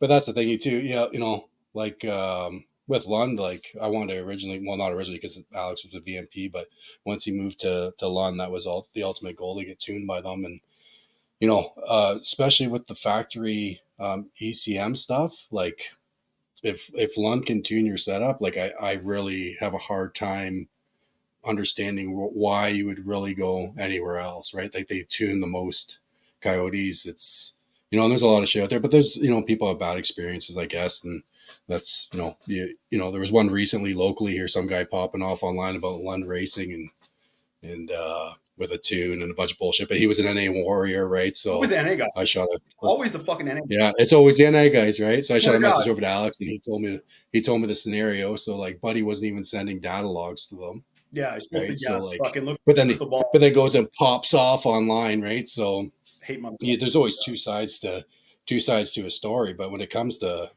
factory coyote, like factory ECM tuning, it's it'd be hard for me to to go elsewhere, right? Yeah. I guess unless it came to a scenario where you know, they won't tune your setup, but a big part of tuning too is not just it going fast at watt, it's drivability, all that other shit, especially for a street car, right? Yeah, So, which I do want to you give a know, big shout out to my new tuner, which I'm wearing his shirt, HPP Racing, yeah, out of Texas. Manny Alvarez, he used to race. You'll see him if you watch Street Outlaws. You've seen him on there plenty of times. No Prep Kings with the Blue Angel. He does a lot of tuning on the Coyote platform. Does not use stolen base files. I can verify. But we were running around with him for a few seasons. My girlfriend used to work the merch booth for him, and her family is very connected in the racing world, so they know a lot of them guys and everything like that. Being such a big part, like her brother and his friends back in the day, they went down to OKC to race some of them guys, so they have a lot of history with that. So, once I got with her and we were talking for a bit, she started bringing me to some of the NPK stuff. I got to meet Manny, talk to him, and he's a really down to earth guy, man. We brought my dad out to one of the races in Hebron, Ohio, and he doesn't know my dad from a hole in the wall, doesn't know me, and just like, dude, come on in the trailer, like sit there, have hang out. His brother Ozzy was kicking the shit with my dad, just having a good time hanging out, and it was just like such a welcoming experience. And that's why, like, when I got to the point where I was like, fuck, I got to find a tuner, it's like I'm not going to look anywhere else. Like, this guy was very welcoming to me and my girlfriend and my dad. And it's like, I'm going to support those who support me. He was awesome with me. Many a times we've seen him at PRI and different events and stuff like that. I'm like, I want to support his business. I want to be able to support it.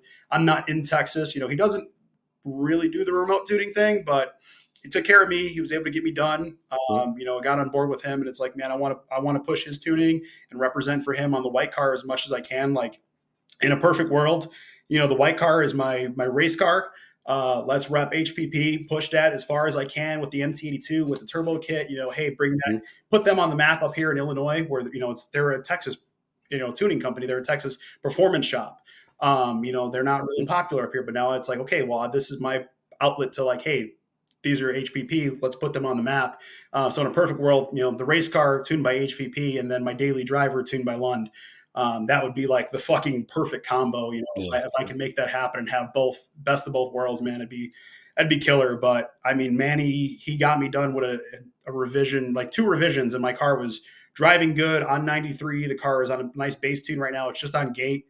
And I mean, the car drives awesome. Like it's fucking amazing, Um, Unfortunately, I'm using the SCT X4. I'd prefer to be using the N-Gage. The X4 is a big learning curve, but I didn't want to deal with MPVI and have to carry my laptop everywhere. So I just kind of like, well, I'll just bite the bullet and use the X4. It is what it is. But again, yeah, perfect world, man. I would definitely have a daily tuned by Lund, race car tuned by HPP. I think they're both very talented people. Manny's taking care of me. Lund, since day one when I had the car, took care of me very well. And for anybody watching asking about tuning, well, I personally highly recommend both companies. I love Lund, I love HPP. Manny, again, hands down, fucking badass guy, man. So that's at least my perspective on the tuning. yeah. Though that's super solid of you to say that too, because a lot of people, in this scenario would be like, oh, fuck Lund now, right? And Well, those guys at are least pussies. you're yeah, you're a straight up honest guy, right? And you get why they turn it down, because they're kind of and that's probably a big part of it, right? They go and tune per se that kit, Shopping. and they see issues all the time, and then it probably looks bad on them, right? So I guess that's ideally why they would get away from an application, I would assume, anyways. But Yeah, some guys are just, I mean, again, the tune shopping shit, that's the one that kills me, you know. And I've had a buddy in the past. He's got a big YouTube following too. Ant Frank. He does covers a lot of like Chicago street racing stuff. He's Oh, got yeah, I've a seen those videos. Yeah, he's got a Gen 3 S550 and he's tuned by Shoemaker. And I mean, this guy goes through with his tune. You know, it takes. I was working with him at the time, and you know, we're talking there, and you know, he's tuned by Shoemaker, and the guy's taking fucking 2 weeks to get him a fucking second revision, and then it's like finally gets them Yes. all done over like a month, and then it's like, hey, so I want a trans brake tune, and my guy Ant's like, dude, he's not getting back to me. He's not getting back to me. I'm like, yeah, that's because Shoemaker's shit. And like he literally said on that stupid podcast, like, well, I tune on my time. How do you expect to be a successful business owner when you're literally thinking that this is some leisure thing? When you have paying customers, people's money on the line, and you're just going to sit there and play fucking games with them. It's like, it's unprofessional. It's super unprofessional. And it's like, No. that's kind of where you get with a lot of different tuning companies. You know, they build their fame on talking shit on the last guy. And it's like, that's just a bad business practice. You know, I've never Yeah. seen either HPP or Lund. I've never seen them talk shit on another tuning company, you know, to get their claim to fame. It's like, no, here's what we do. If you like it, you like it. If you don't, here's the door. Enjoy. Yeah. The tuning world's pretty fucked up.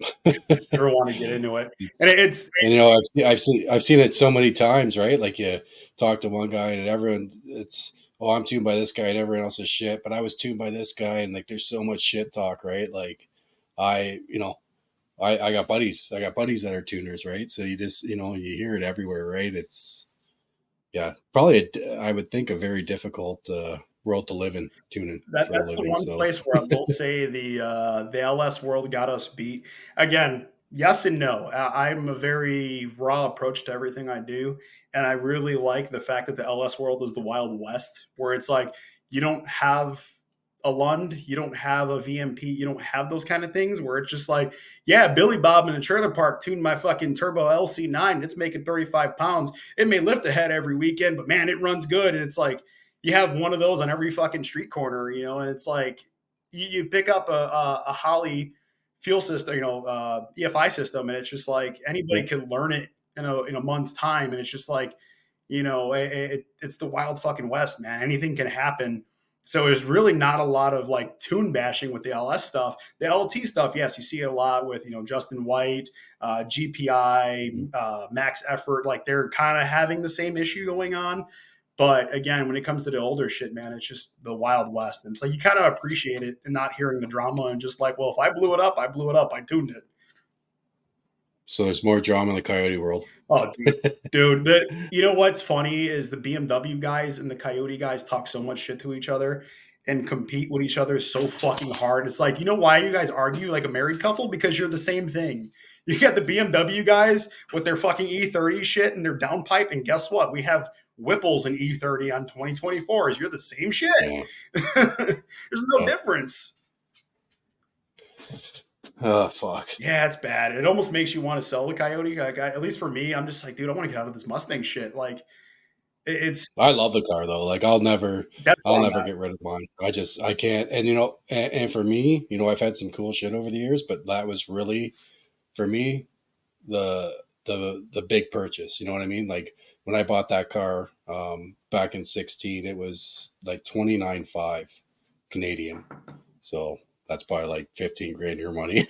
But that was a lot of money, right? Like that's really when I started to like kind of level up and start growing up a bit and get the career going, and then bought a house shortly after, right? So Yeah. to me, that's like my first big purchase, and I just love that car. And I said I'll never let it go. I'll never let it go. And that was one thing over all the years. I've had lots of different vehicles and toys, like it sounds like you have as well.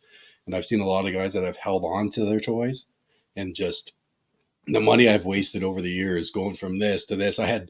I had a Caprice on 22s, and then I was then a Gixxer, and then I'm 190 like Oh Benz, and shit. like just I've been over the place, Civics, like I've ATVs, all like, you know, I've had a little bit of everything. So it's Hey. and spent a ton of money over the years, right? And it's kind of like when you look at some of these guys that kind of stick with, you know, one or two cars, and they've had them for like 20 years, and just, you know, it's like that's going to stick around. I do think I do want to get like another. I've never had anything that stops and turns well. You know what I mean? Like even that S197 when it was stock, you can probably attest to this. Like it didn't handle worse shit. I had the track pack, so I was a little babied. I had all the Boss 302 shit on mine, and it handled pretty damn good. And some days it's depressing when I can't even go around an on ramp at 30 mile per hour. It's pretty bad. It's pretty bad. Before I Yeah, could mine was downshift and take it at 60. Now I'm like, yeah, 25 is scary. no.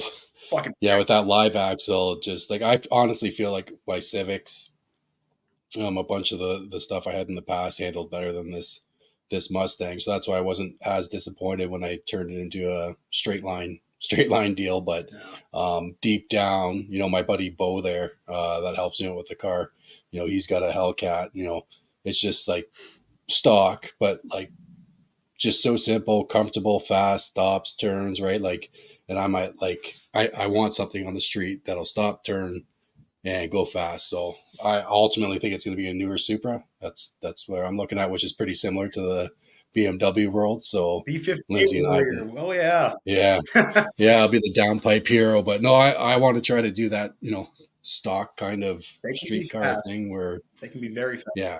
So that is the one downfall with this car is it doesn't stop or turn. So I I mean, gotta it's tough ask, on the now street. that you Like, brought up like the Caprice and everything, what's your background? Like, what's your come up on like cars? Like, where did you start out with? Like, what's your history? I'm just oh curious. shit.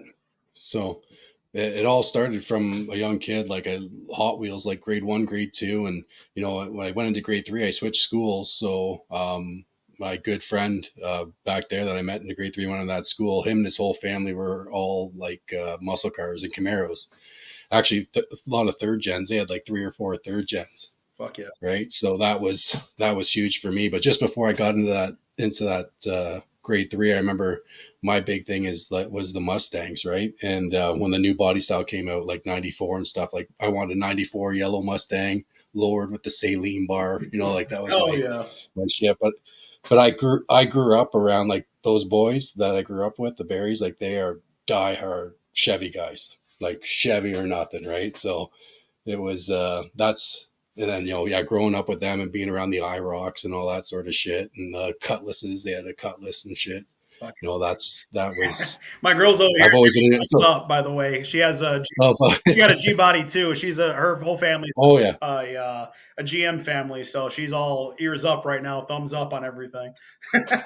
I that's awesome. I still love the shit, you know, like I ultimately one day I would like to have an IROC, T-top IROC. Fuck yeah. um which is something that's totally attainable these days. It's just need to get the space and to make it happen. But at one point I will. But like G bodies are badass. Like my buddy Mike Graham, I don't know if you've ever seen his tetanus shot. Mm-hmm. It's been away for a couple of years now, but you're like, I love, I love that G body shit. I just, you know, all I love it. I love it all. Right. Basically, that's it. So I've gone, you know, through all different types of cars and bagged cars and all the different stuff. Like I said, Caprices on 22. So that's but deep down, I've always loved stick shift. So actually, a funny thing with stick shift, I don't think I've ever told this story. So growing up, I watched my buddy's older brother with these Camaros. He'd be driving stick shift, right? So I watched what he's doing with the clutch and stuff. I'm like 11, 12, whatever years old, right? Over all the years and playing Cruising USA on the arcade. Fuck They'd have yeah. the clutch one.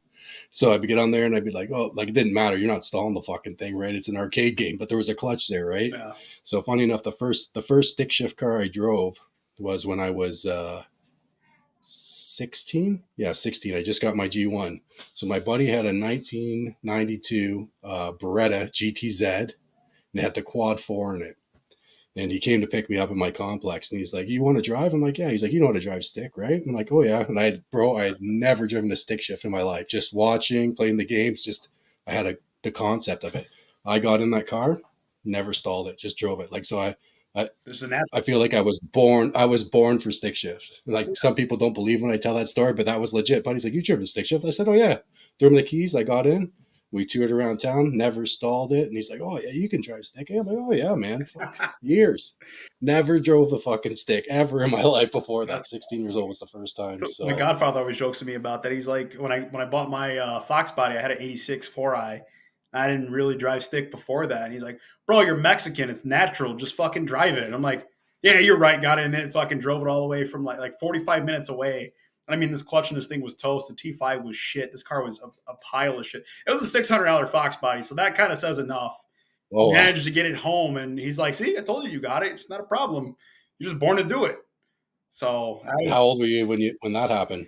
fuck, that was fuck. It's already 2025. God damn, that was maybe 6 years ago, 5, 6 years ago, something like that. Okay. Yeah. So I'm almost, Yeah. fortunately, So, almost 30 now. So yeah, that was my oh early wow, 20s. But you're a young buck. yeah, Fuck, I dude. got 10 years on you. Yeah, I feel old, but then again, it's my profession. You know, I do body work for a living, so it beats the shit out of you after a while, man. I probably got fucking. That was one of the that was one of the questions I was going to ask. I didn't know what you did for a living. I assumed you were a mechanic, but here we go. I guess body man. Yeah, So why the fuck isn't wait, hold up. Why the fuck isn't that hood painted on your car? honestly, it's it goes like back to the joke of like the landscaper's grass is never cut kind of thing. Yeah, Um, you don't want to do the shit after hours. Yeah, that's kind of what it comes down to is just like I keep telling myself, I'm gonna bring it to work. I'll prep it and paint it. And it's just like, next week. Next week. And I got some things brewing up right now, so we'll see.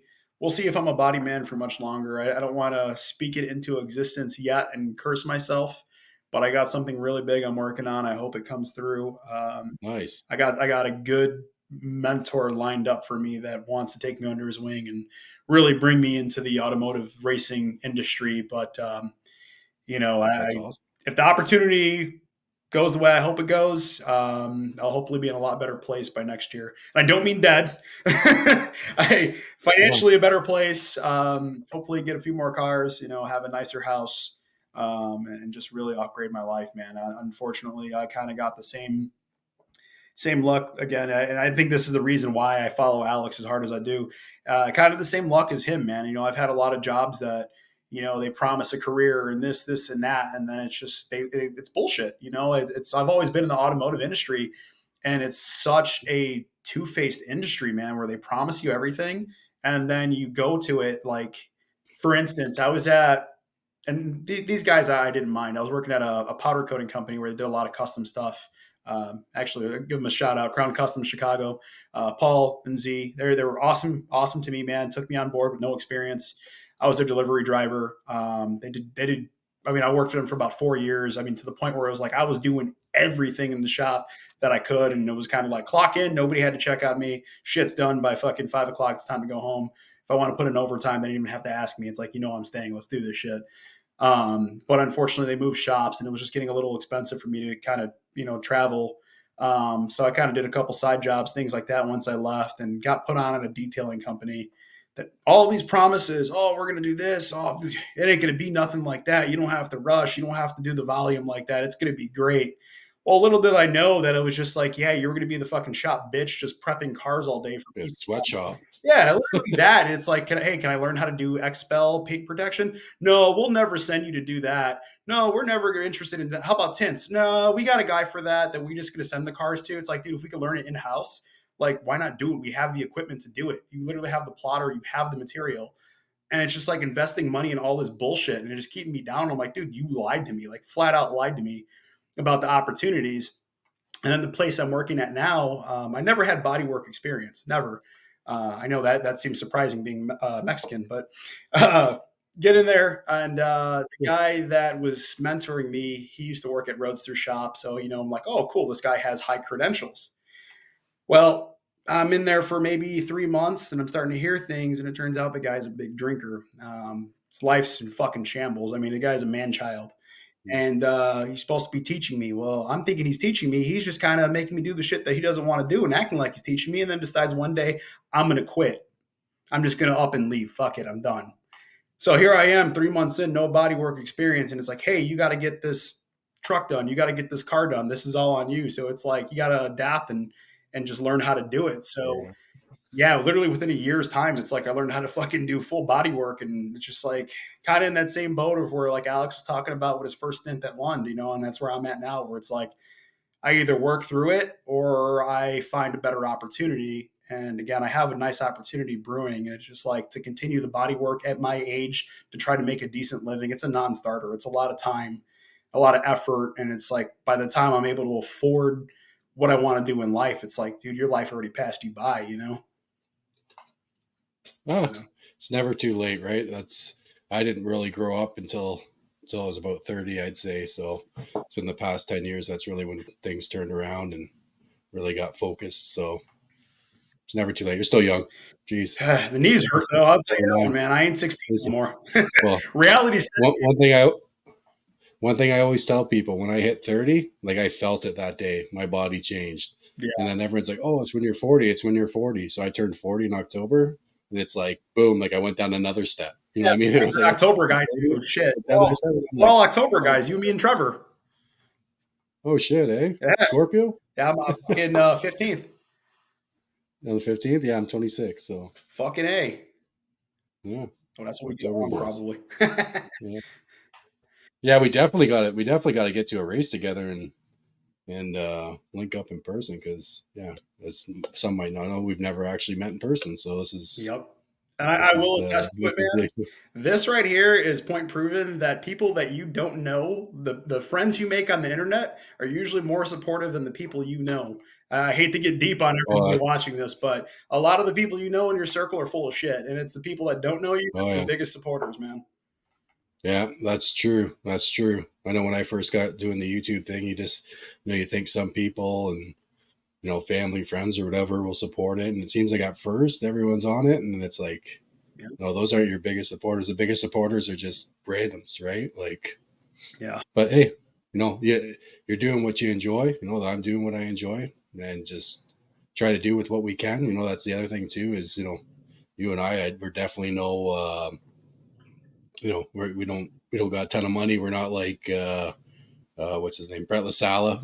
We're just normal ass dudes, right? So, and that was the biggest thing for me with starting a YouTube channel is just to try to document and share some of the shit we do. And I like doing the video editing thing and filming. I do like filming a lot, which kind of sucks because it's kind of hard to film your own shit. If you're racing in the car and stuff, to film from outside and stuff is super difficult. But like you said too, it gets tough. Lucky enough, I've got a couple good friends that help with the car. I got Bo, I got Adam, Tyler, my buddy Tyler. Well, I'm not missing anyone. There's not a lot, so there's it's hard to do it on your own, and that was a big thing, especially when you're doing the racing stuff, and that's was kind of getting tough at the end of the season, and especially when you add in YouTube and you're doing that. And I'm trying to run cameras, you're trying to race, get the GoPros going, telling people what to film and what to do, and your tire pressure, like it's a lot.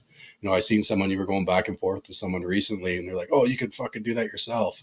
Like what, pour your own puddle and back into it? And it's funny you said that because I said that at one point. We were going to a race in the U.S. and my boy Bo, like he doesn't have his passport, like it expired years ago, so he's never been able to come across, right? So luckily a lot of these guys from like Windsor and stuff are usually around to help out. But like I'm going down to, I think it was Milan, and I'm like, I might have to get out. I'll be the first guy to get out and pour his own puddle. You know what I mean? Like, I'll be fuck, honest with you, stop man. playing. A lot of the guys over here, again, there's just this whole chip on their shoulder thing with like everybody wants to beat their chest. I'm the fastest. I'm the fastest. I don't need no help. I don't need this. I don't need that.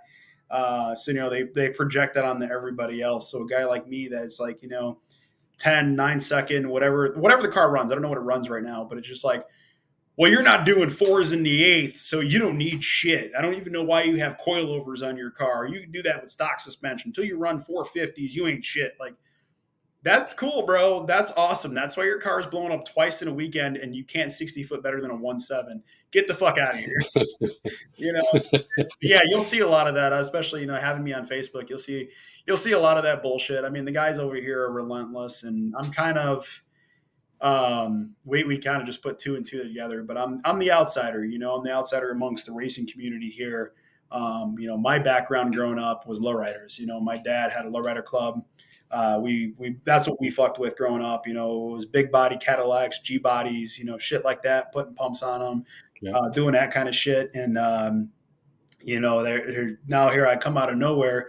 Nobody in my family raced. Nobody. I mean, my uncle had some cars that he played around with. He had a 442 Buick Wildcat. Like he fucked around, but he wasn't like, oh, I'm gonna put slicks on and go to the track or like race like that. And nobody in my family was like that. Nobody raced, so I'm like the first one to race. I don't have the even the help from my family. My dad I don't even speak to, so it wasn't like I have, family backing me or like, hey, you want to go buy a new turbo this weekend? I got you, son. Let's go do this. So coming out of nowhere, like I'm going to get into race cars. I want to race. Something about it just brings my attention to it. I want to do it. Where like now where I race and being competitive, people will literally to this day be like, nah, dude, you got like a 12-second car. No matter what the car does, what it runs, the time slips I have, in their mind, it is a 12-second car. I don't deserve respect because I'm an outsider. It's fucking crazy. And I get that from a lot of guys. I mean, the amount of people I see on Snapchat, and again, I leave everything public on my socials because I'm like, I know a lot of people are fucked up in the head and they want to just, it entertains me when I see them like watching everything I do. And it's like, you Yeah. like me so much. Like you're the one with the fucking mental problem that you need to watch everything I do. You don't like me that much that I have to sit here and entertain you. Like, Those are your biggest fans. dude, it's crazy. I mean, I've had guys, it's been so bad that like even in the past, I've had guys like fucking try to drag me through the mud, lies to like even trying to lie to my family and shit like that. I mean, I had the minor version of being swatted per se years ago. I'm sitting there in a garage with my buddy, and this one dude's talking shit back and forth. This is fucking fat ginger prick with a WS6. And he's sitting there talking shit, and you're fucking slow, you're this, you're that, whatever. And I were talking back and forth, talking shit. And I'm like, fuck this guy. Well, the guy ends up calling the cops and saying, oh, this guy's going to off himself. You need to go to his house. So I got cops at my house knocking on my fucking door. I'm in the garage. Like it got to that extreme where these guys were that interested in what I was doing, where they wanted to fuck with me as much as they can. And it's like, dude, I don't understand the entertainment. That's whack. And then God forbid I lay my hands on you. It's like, oh, I'm going to go call the cops. I'm going to sue you. Like, dude, grow up. It's again, being that outsider and being the guy that's not a part of any clique. Like I've always joked around, I'm the hired gun. One day I'm racing with Southside guys. One day I'm racing with the out West guys. Like, hey, wherever we're going to make money, let's do it. I don't have a clique. I don't have a group. So it's definitely weird racing from the outsider perspective. It's a different game.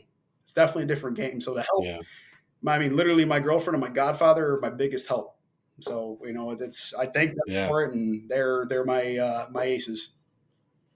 No, that's awesome. Yeah, because it is super hard to find people to help, and it definitely gets harder as the years go on, and which is understandable, right? Like when you're back in your early 20s and stuff, everyone's doing this sort of shit, right? Like I think back to when we were street racing back in our coffee time golf racing days here, right? Like, you'd meet up every night at the coffee shop and there was, 30 cars, right? Like now there's fuck all. And especially where we live, because where we live, it's, super strict for all that shit. And, there's maybe in Guelph a handful, like in the city I'm in, which is probably 150,000 people. There might be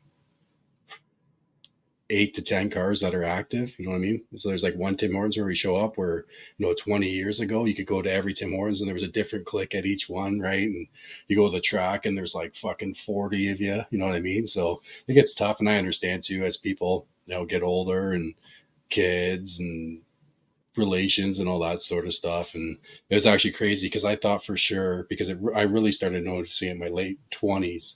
And I'm like, oh, once I get into my 40s, maybe into the 50s, people will start coming back. But I'm getting into my 40s now and no one's coming back. Dude, a lot of times you're better without the dead weight, man. I've had a lot of people like that it's they're fair weather friends. When you have something to offer them, you could work on their car, and they're calling you, like, again, the guy I worked for with the detailing shop, like, called me at fucking 10 at night. He's got a Corvette. He used to race stick shift with us, and be like, yeah, dude, I'm going to go testing. Can you come out and help me? Yeah, sure. Like, whatever. I built your car. Like, I did your suspension. I did your shifter. I did all that. Like, I have a hand in your car. Like, yeah, sure. Let's go. Let's make it work. But in the same tone, telling everybody, yeah, he fucked my car up. It doesn't drive straight. Like, well, your slick has a slow leak. You're going telling everybody that I don't know what I'm doing when literally your tire is losing 3 psi within 5 minutes and you're wondering why it's driving left, but I fucked your suspension up. And I'm hearing it from everybody else. Like they're complaining about it and shit like that. I'm like, dude, there's just a lot of people that it's like I cut off over the years. It's like you're there when you need something, and then when it's like, hey man, I got to pull my motor, or I got to this, I got to that, fucking crickets, you know. So honestly, it's Yeah. like when they leave, man, hey, good riddance. You're making me breathe better. You know, it's less people around for that I have to worry about. Yeah. Yeah, it gets tough. So you just gotta make sure the people, the small group you have around you, you're letting them know that they're appreciated. So Bo, Adam, Tyler, you guys are appreciated. Lindsay too. And I don't know She you guys, but take supports care of everything I Chris. do. I appreciate Yeah. you guys too. Yeah.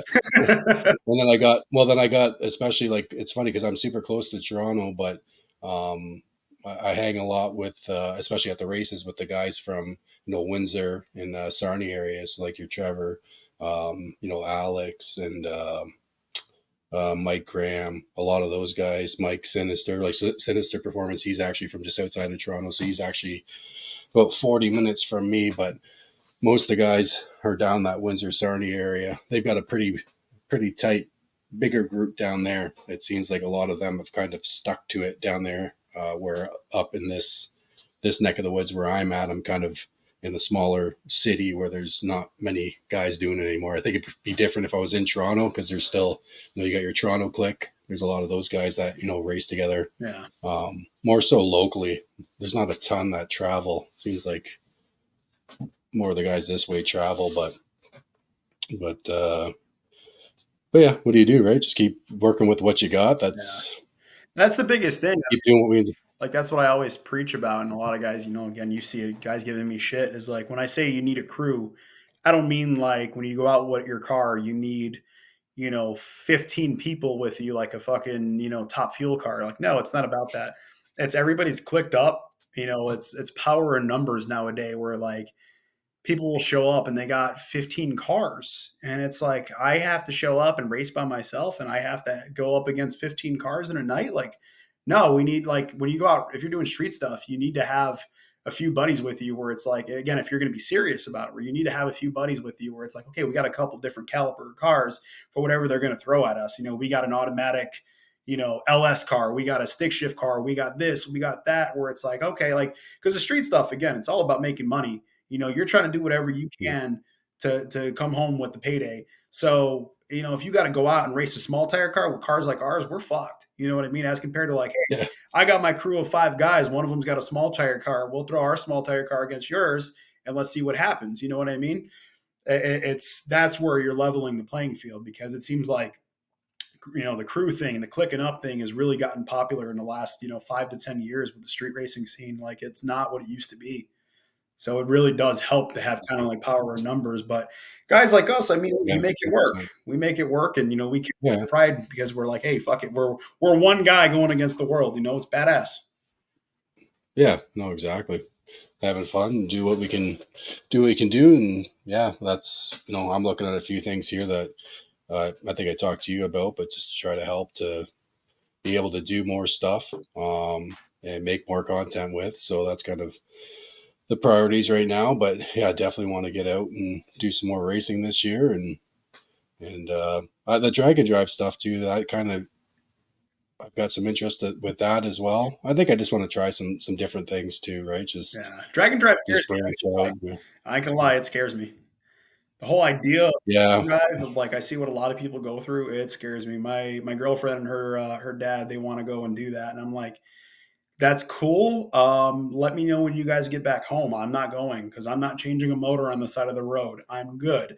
Like it just. well, that's another thing you're gonna need. You're gonna need a good group of people to do a drag and drive, like a legitimate one, anyways. Like plates and 28s, which is one that I would have ran if I would have known sooner. So after my last race, the car's got issues. It's got some stuff I got to address, and I was just like, you know what, I'm done for the season. And then Bill says, "Oh, plates at 28s, 3 weeks," and I'm like, I couldn't even get my shit together in that time. So I was like, oh, I'll leave it for next year. But I feel like doing that, the War in the Woods is one I still want to experience, going down that track. That's like Cash Days at the Hill.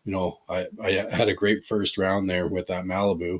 That Um, was a killer pass. but yeah, No, I was surprised I hung with, and he went down. I think he was in he made it to the semifinals in that class.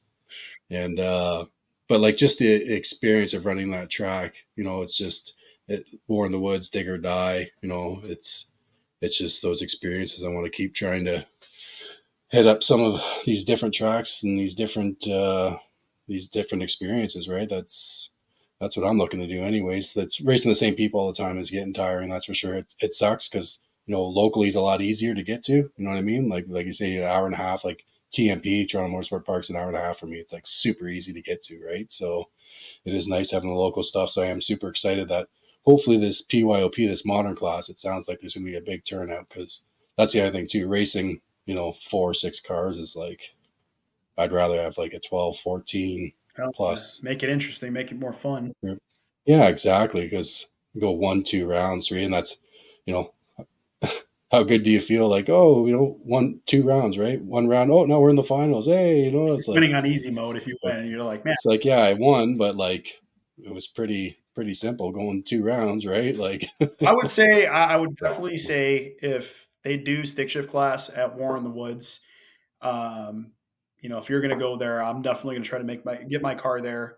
If I got to move heaven and hell to get my car there, like let's fucking do it. Because I think it'd be badass to see your car, my car. I'm sure Tony will have the white cracker there. Like it'd be cool to have those cars on the property in the same class, just against oh yeah, much diversity. And I'm going to say amongst our cars, but amongst ourselves. You got an OG like Tony, you got you from Canada, me that just again nobody. And it's like when we're showing up here on the big stage and just putting on a show, like some days to me, it's not even about winning. Like I love to win. Don't get me wrong. It's a good feeling, but I really like putting on a show. And when you have that big of a stage and it's like you're ripping a nasty burnout and smokes everywhere, oh and yeah, you know how our going coyotes through the scream. crowd, and Yeah. It's just yeah, badass going through the crowd, getting excited, man. Just the adrenaline. It's like, dude, I can blow the tires off in the 60 foot and lose. But as long as I'm putting on a show and the fans out there are just like having a good time, to me, sometimes that's enough for me where I'm like, I'm happy, oh, you know? So and the people you're around. That was the big thing at the first dig or die I went to.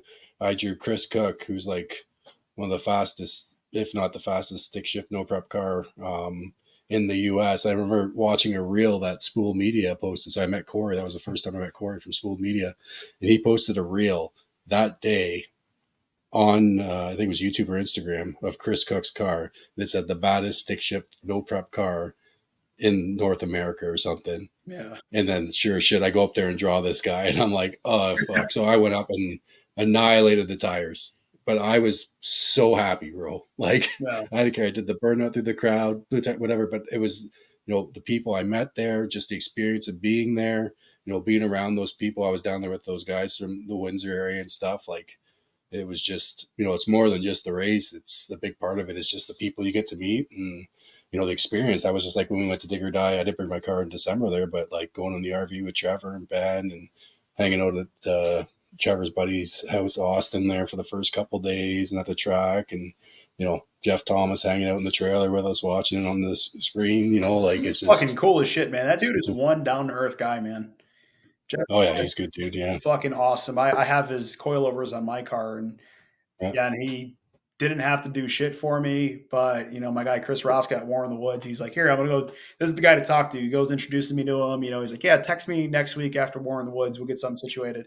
I mean, he had my coilovers banged out. I ordered them on like a Tuesday. I had them by Friday. It was like, dude, badass. Like that guy knows his shit. And I again, that's another one I can't vouch for enough on his products. But just like people like that, man, the industry needs more guys like that are just down to earth, yeah. handle their business. He's just a normal dude, good dude. Yep. There's a lot of That's guys that it. get their head inflated and they act like their fucking shit don't stink. Like, bro, we're all the same thing.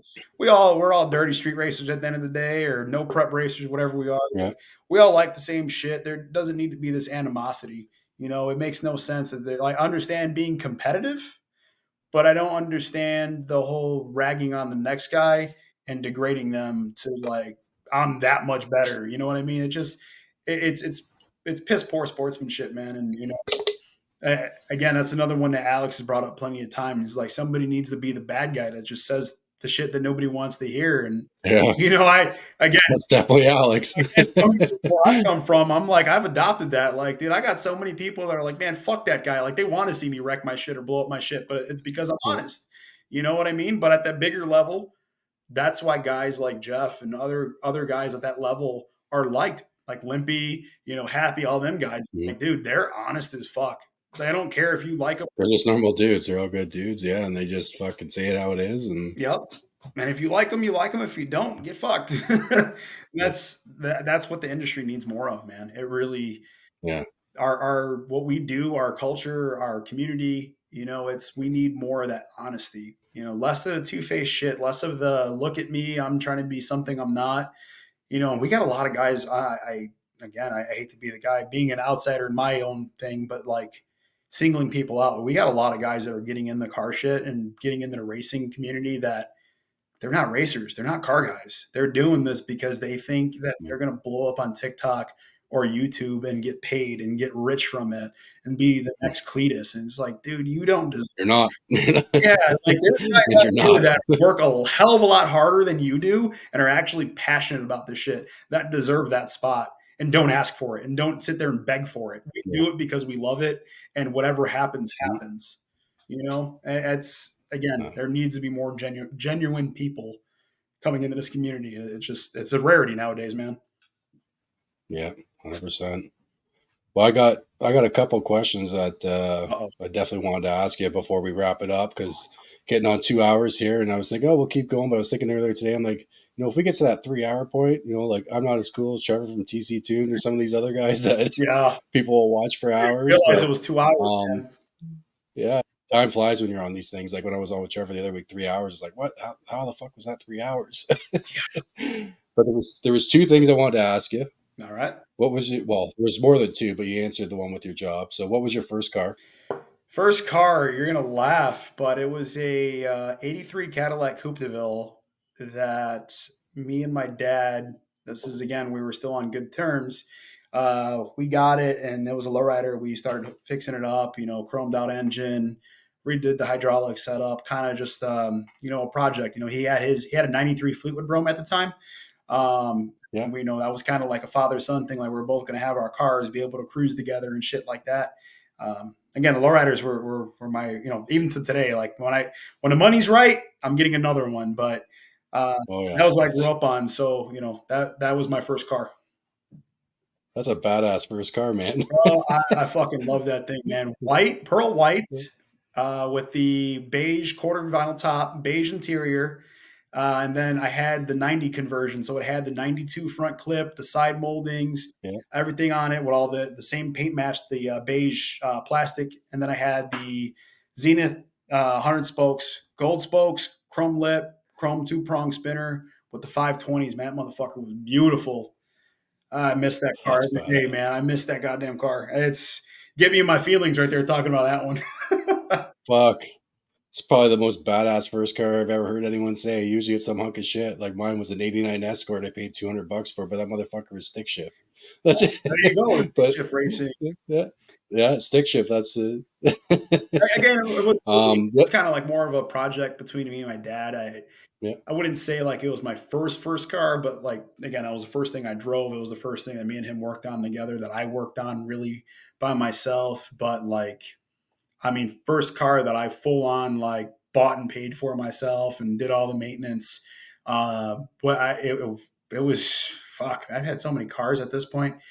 I would say the '92 Caddy. I had a '92 after that as well. '92 Fleetwood, big body. I love the Caddies. I Yeah. was like, fuck it, I need another one. Yeah. Those Man, cars are the best. taking down memory lane, Those bro. big fucking comfy fucks. Ooh, It's like driving a couch, bro. love it too. Driving a Oh, I know. you know, The AC. best. I love that Caprice I had. Man, what year Caprice you have? It was a '96. Fuck yeah, I had a '91. I had the skirt, but I had the 305. Didn't have a 350, but still, like driving. Yeah, mine had a Man, 305. things are comfortable. Mine was a 305 as well. 50. Fuck, the thing would do burnouts on the stock was I put those 22s on and that thing would not turn the wheels. You'd sit there, whoa, nothing. Yeah, I had the But original hubcaps on mine with the fucking Chinese white walls on it, and man, one Yeah. peel, or what is it, one wheel peel all fucking day, man. The wheel speed would just get up, and it looked like I had a posi because how much smoke it was kicking out, but it was a one wheeler all day, man. It was fun as shit though. That's funny. Yeah. The one memory, it's probably, I don't know if you consider it probably wouldn't be a good memory, but I got jumped in that car like downtown in the city that I live in, right? And I'm a fucking white boy, right? So I'm cruising through downtown on a Saturday night, and there was these guys that had problems with me, and I pulled up in front of the one bar where a bunch of my buddies were. They came through the window and got through the back seat, and I got my seatbelt on. And I'm leaned over, and I put that motherfucker in drive and pinned it, boom, through the red light around the corner. And it's funny because it's not it would be considered a bad story, but I always thought after that, thinking of someone that would be like, because there was people everywhere. So across the road at another bar, right, and you see this Caprice on 22s pull up, and then there's like four guys jumping through the windows in the back seats, boom, and then it's through the red light, and this white guy fucking.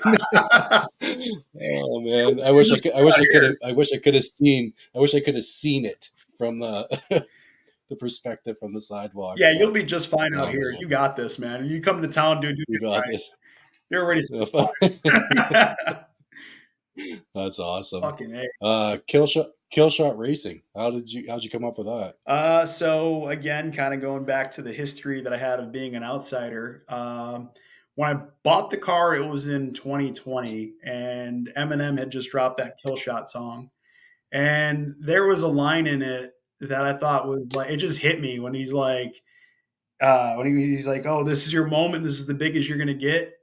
And I thought about that. I'm like, man, I'm going to build this fucking car. And there's a lot of people that talk shit when I didn't have a car and I lost my license for so many years. Where I'm like, I'm going to build this fucking car and I'm going to go out there and just start fucking just stepping on toes and kicking ass. And that's what I'm going to do. I was like, hey, enjoy your moment. This is the biggest you're going to get because I'm going to show up and we're going to grudge race. I'm going to kick your ass. And, I just, the name of the song, I was like, dude, it fits the car perfectly. It fits everything I want to do with the car, you know? And some of those guys I got to race, and hey, that was the biggest moment they had, and you don't hear about them anymore. So, unfortunately, I'm the guy that I don't want to lose to. Because again, adopting that bad guy persona and talking shit and just being honest and just like, hey, fuck you, we're gonna race, run your fucking car, let's go. That's funny because I was like, I wonder if there's a good story behind that. And that's a good story. And see where you're getting now too with that name. I thought you'd be like, oh, I was a gamer, Call of Duty, but that's a way cooler fucking story than what I thought it was No, going to be. it's I'm not like, that Call of hopefully I Duty. don't ask this guy. Yeah, I'm like, hopefully I ask this guy, and it's actually a good story, and that's better than I would have even made up. It was That's definitely a good. chip on my shoulder thing when I bought that. I like that. Right? So it was I an out like of that. spite thing. The whole car, the whole build was kind of out of spite for just everything from over the last few years and just trying to be again with what I have. And it goes back to the tuning situation with my parts combo and everything and trying to find a way around it. Is I try to make do and be the best I can with what I have available to me. I've gotten remarks from guys like, "Oh, broke ass Mexican, your car's gonna fall apart." This, and that, and it's like you say that, and then we line up. I put a fucking bus on you, and you're crying. So let's fucking go. So everything I do is out of spite, and that's why even when it came to that tuning, speed bump, it was like I had a way around it. Let's do it. I'm gonna make do with what I got, and we're gonna fucking kick ass regardless. And it sounds like you're going to keep on going. Yeah. I just say I can't let it get too peaceful. So hopefully this Yeah. this podcast, starts some more fire, and then I'll get more Yeah. motivated, and then I'll end up with twins and an Aldo kit or some shit. I'm like, yeah, sorry, Well, F1 people, motor, Aldo kit, let's party. let's do it. Yeah, That's sick. That's sick. Well, it looks like we're just over 2 hours in, so maybe we'll get this wrapped up. See how many people want to watch this shit. So I That guy's a figured, prick. I don't want him I, on ever again. like I said, when I thought of doing this after having a good time on with Trevor, and I've been on Sinister's podcast in the past there too, is talking shit live. I was like, you know what? This is downtime. The car's just sitting, nothing's going on. I said, why don't I just do a podcast? I think try to keep it relative to the coyote thing. And like you were the first guy that came to mind. And I'm like, well, I'm just an average dude either, so it's not like I can reach out to like a big coyote guy and have him on. So like, why don't we just chill with another another coyote guy that's just an average dude like myself. And I think, I had a lot of fun doing this, and I think I want to keep, doing these, here and there, see maybe once a month or twice a month. Definitely have some ideas, which I'll run by you, but, regardless, would like to definitely have you on again for probably an update at some point if the other ideas I have don't work out. But appreciate having you on. Hey man, I appreciate you Thanks having for me on, dude. It's been showing up. fun. So, like I said, it kind of breaks me I out of think my it'd be good. shell a little bit. So maybe I'll be more motivated to do some YouTube videos and, kind of start being more productive. So I do appreciate you having me on.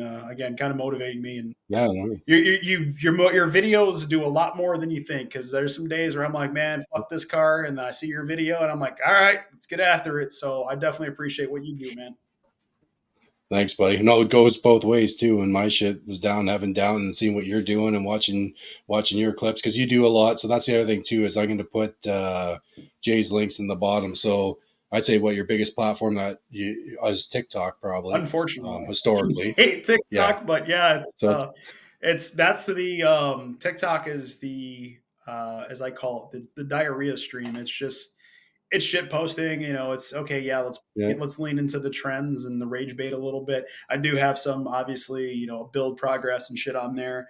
But the biggest one is my Instagram, my build page. You're going to see a lot of the updates and what we're doing on there. And then obviously the YouTube. I'm going to start come summertime where it's a little bit easier to make content. And once I start working on the girl's car, we'll start posting more about her Z, getting progress in my car. And then we're going to start probably working on my Godfather 66 Buick. So we'll be posting some of that as well. And then just obviously testing and shit like that and getting the cars dialed in. So I think the biggest one to follow me would be YouTube, Instagram, probably. well, follow all three. We'll put all three in the bottom. Make sure you go over there, follow him, and comment on his YouTube, comment wherever you go, and just let him know that they ended up there from this podcast. That's what I I want to say. appreciate you, brother. Thank you. Yeah, no worries. Thanks, Jay. So yeah, we'll wrap this up. One thing, if you guys did enjoy this and you made it this far, drop a comment, put a like, because I'm going to determine how often or if we do this anymore based on your engagement with this video. So like, put a comment. If there's anything that you liked about this podcast, didn't like, drop it down there, what you'd like to see in the future. Maybe if you want to see it live, maybe if you want to ask some questions, and we'll go from there. And I'm going to shoot the shit with Jay here for a couple minutes on some things. And I guess we'll catch you on the next one. Fuck yeah, man. Let's do it. All right. Thanks, Jay. No problem. Thank you.